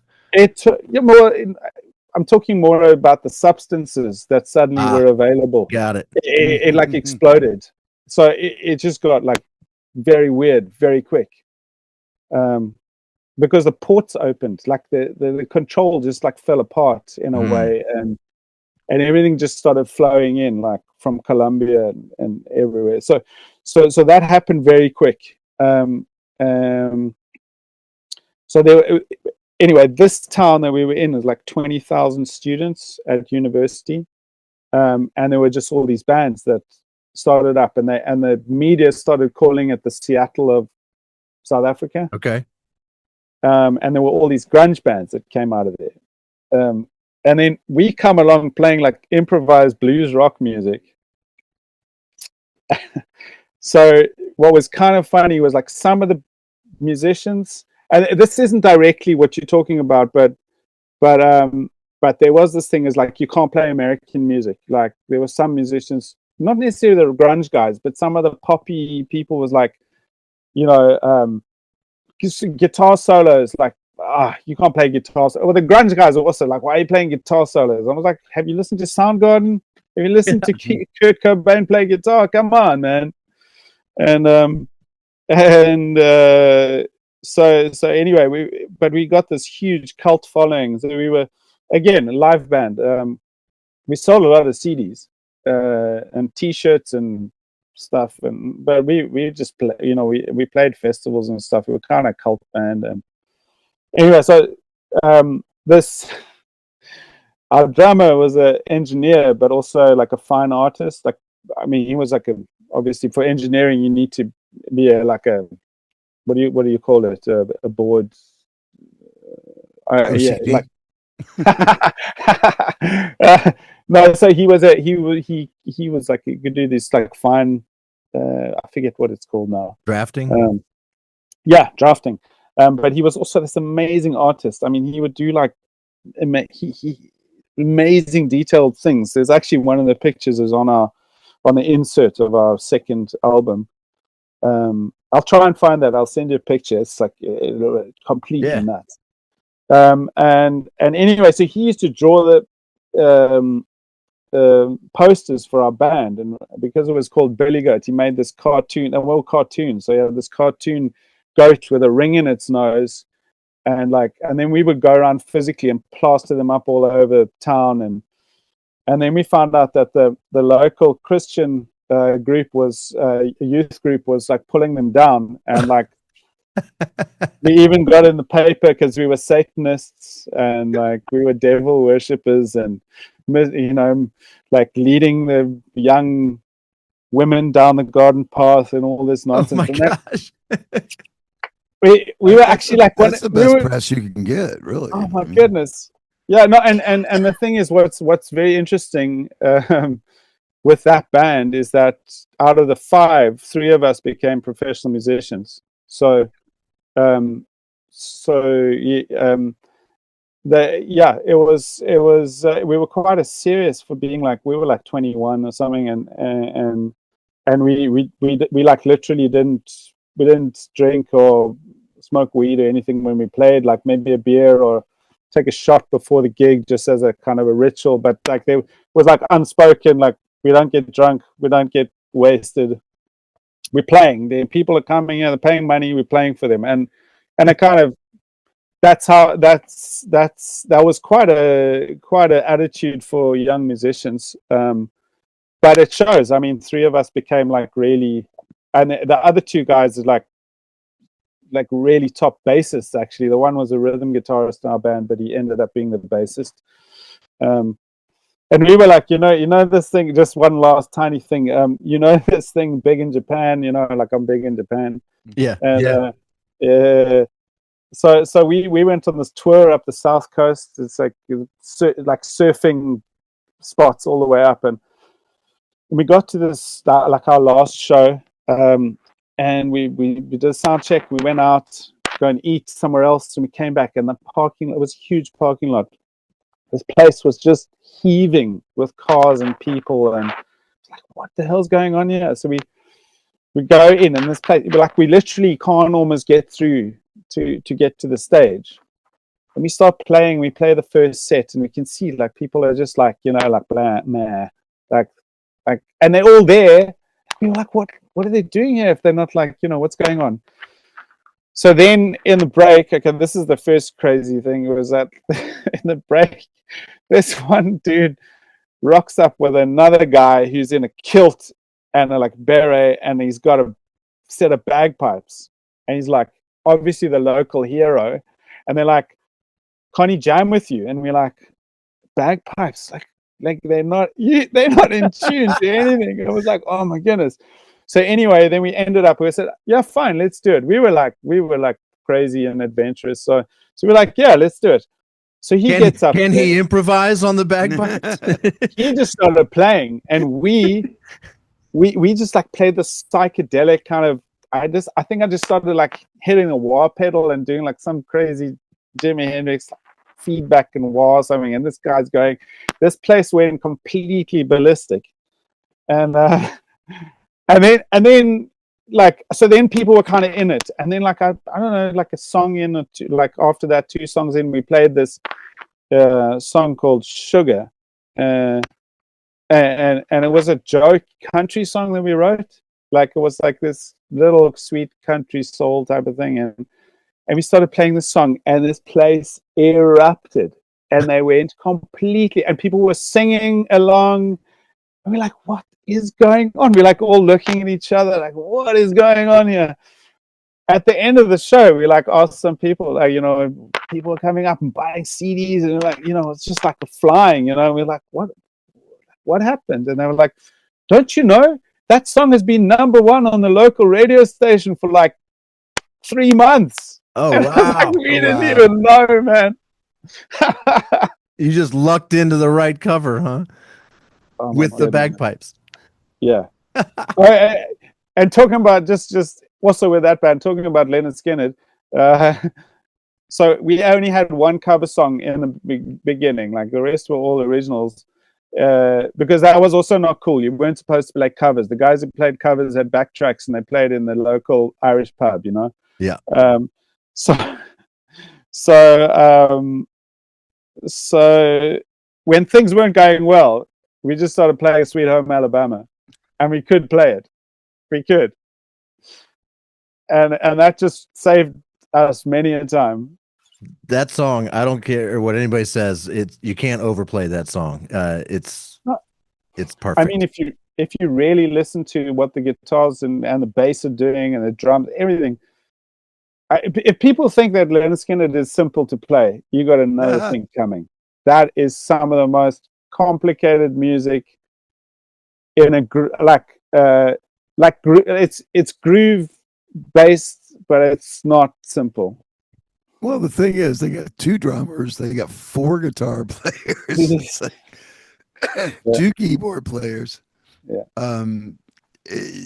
How do you play that? You know, because most people would play it with a standard 4 or 5 piece band. It's like you can't do that justice. I mean, No. Jesus Christ! It's like trying to play the New York Philharmonic with a string quartet. You know, it's like you can't do that. Yeah. I'm looking at my laptop battery and thinking we do need to begin the process of wrapping this up. It's not critical or anything, but I want to know from your Spotify bio, you mentioned you were excited to be finishing some half-finished songs, and I noticed you released a bunch of songs in 2024. Are you kind of done with that, or is there still more to come? Is the Groove Machine about to start recording? Like, what's the future hold for you guys putting music out? So yeah, I've got a whole. I'm playing at this Notodden Blues Festival this summer. I've got a really nice slot there with the Groove Machine. So we've been playing a lot of like Burnside, Oral Burnside, and like like some originals, but a lot of mine. But I got a whole bunch that are not recorded. So I'm aiming for that with that project. I've got like quite a lot of. I've got some more from the Finnish / Swiss / South Africa sessions. So there's I don't know 4 or 5 tracks that I haven't put out, and the reason that I haven't put anything out in since 2024 for the most part is that I actually took a year and studied. So it was a music related study, practical, just to I needed to take a bit of a break because I had to just work in a kindergarten since I came to Norway, just because I had to hit the ground running and I didn't know anybody. So like it's taken a long while to build up the music thing, but yeah. So just that's short story is that I have not had so much time to concentrate on that, but so now I'm like. No. The next thing at the moment is to see what we do with the Groove Machine stuff. But I'm preparing to play only originals at the Blues Festival, so that should be that if we're rehearsing that could be a chance to record. Yeah, put out a live album or something. Yeah. Or I just was thinking earlier, just to kind of pick up on a little thing. Not it doesn't have to be. I won't take long, but for me, like albums. If I'm gonna make an album, like let's make an album. That's got a signature sound and a feel and a mood, and or a character or like got a theme. So I like to do that if I'm making an album, and then because one live album at this point, I need to have like a really good engineer to do that. and Yeah. to capture it. You And need to plot it out a little bit. Huh? yeah, and I'd at this blues festival, I've got some guests gonna arrive who are local musicians and stuff, which will be cool because they're known by the audience. And so like if I made a live album, I want to make something of it with maybe a couple of songs with a horn section or whatever, Horn section. And an organ, and I like that stuff. I have no idea what you're talking about. I I go don't through know. that I go through that every time. Shouldn't we get a horn section or a Hammond B3 player? And everybody's like, Yeah. no, we can't get us together. But No. I have. Are you wrapping up there, JR? Yeah, I was about ready to start wrapping up, Gary. Okay, This is it I right have here. one last question. Yeah. I know I said I would already set my penultimate question, but you brought up going over some some playlists and stuff with your son, and I've put up with this. I don't think JR has quite as much as I have. But what does your son think about your music? Is it just like, oh, it's dad's or whatever, or is it like my dad is Oh, yeah. rocks because he plays Great such question. good music?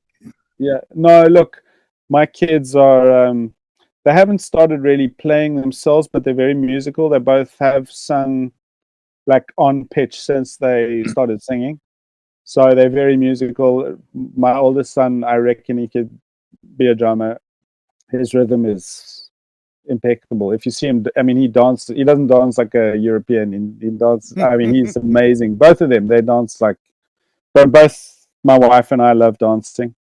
And yeah, so no, they've been to quite a few of my shows that are like daytime shows. They kind of like my youngest son, he's 7 now, but he arrived when maybe he was like 4. He like took a little guitar with him, like, and just stood in the audience with his little guitar. And yeah, so I think so. I don't know how long that'll last, but they're young enough to still think I'm a hero. Awesome. Congratulations. That's awesome. Yes, that is the ultimate. It sounds like you're going to be maybe even as cool as your parents were. So it'll be tough act to follow. So Guy Collins, thank you so much for being on our show, giving us this amount of time. I assume you're taking it away from wife time, kid time, music time, whatever it is. We are grateful for the time you've given us. No, it's been a pleasure, and I've thoroughly enjoyed it, and I'm glad you listened to my stories, because that's what I got from my dad. He was such a good storyteller, so I kind of grew up with that. And people have been patient to listen to stories. I appreciate that. That's what we're all about, man.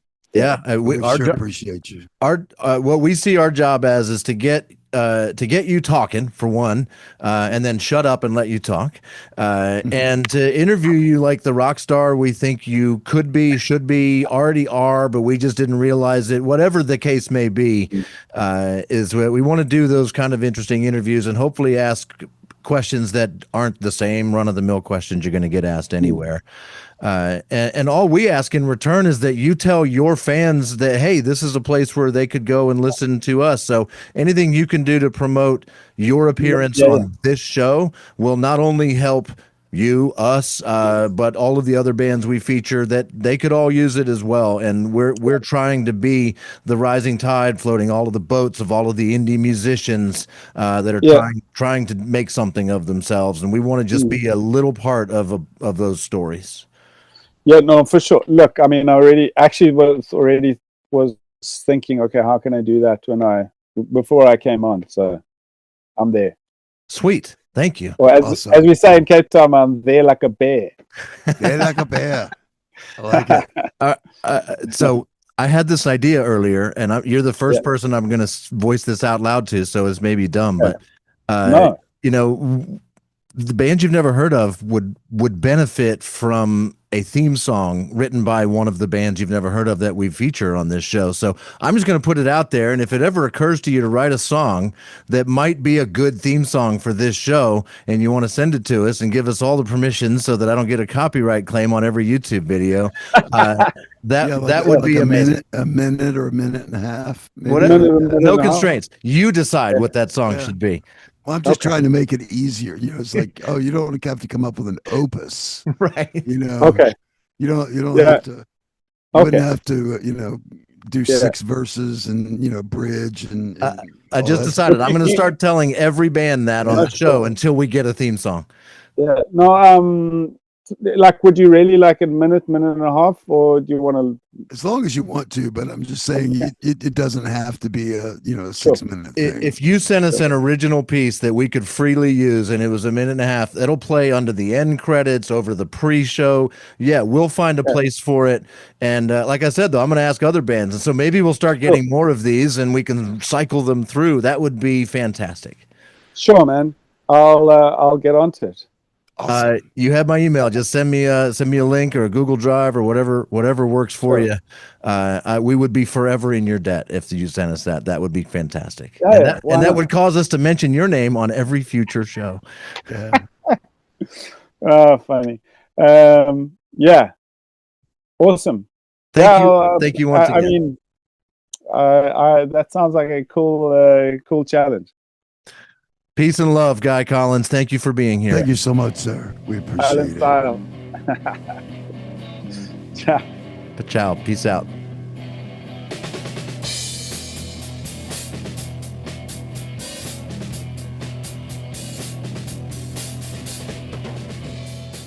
Well, that was awesome. As is every episode of Bands You've Never Heard Of. This has been a production of Ranchan Records. That's at ranchanrecords.com.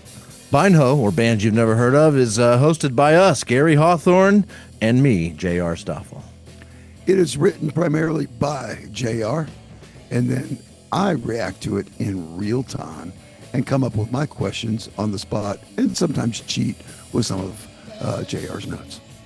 Yes, we share a big, long list of questions, and I wrote them. We got to most of them. We did. We really got to more than I thought we would. That was incredible. That was a long. I think that was your longest list yet. Yeah.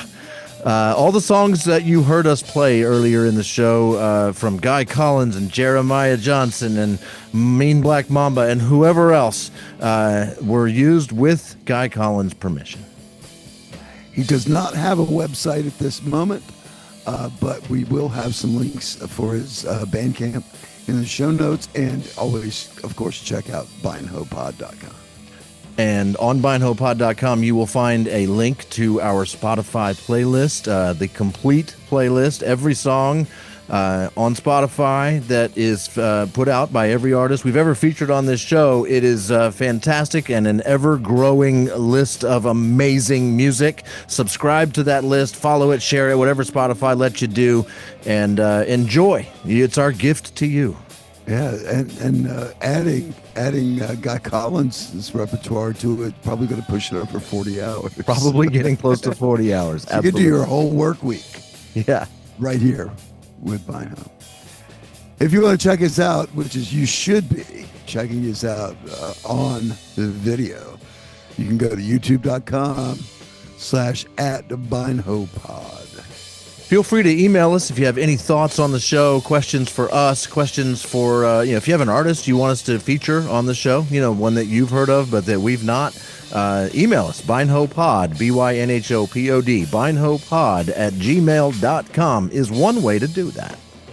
The other way is to go to bindhopod.com, and that is BYNHOPOD.com, and send us a message there.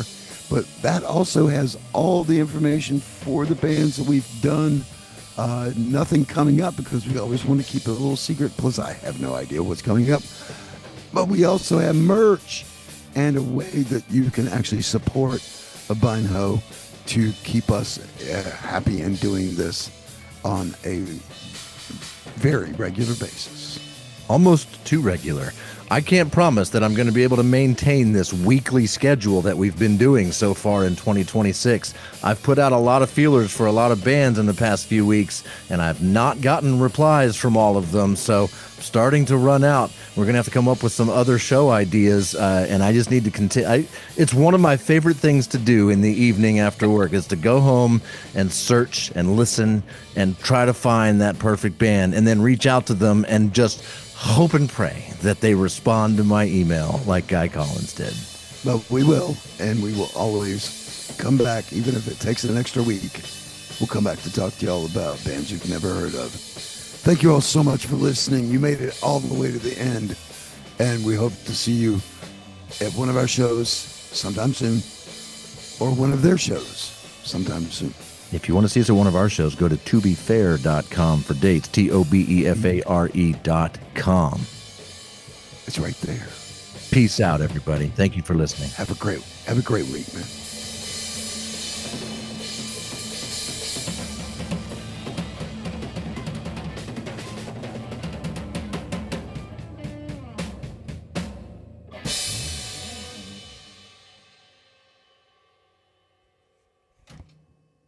All right, that's done. What's next?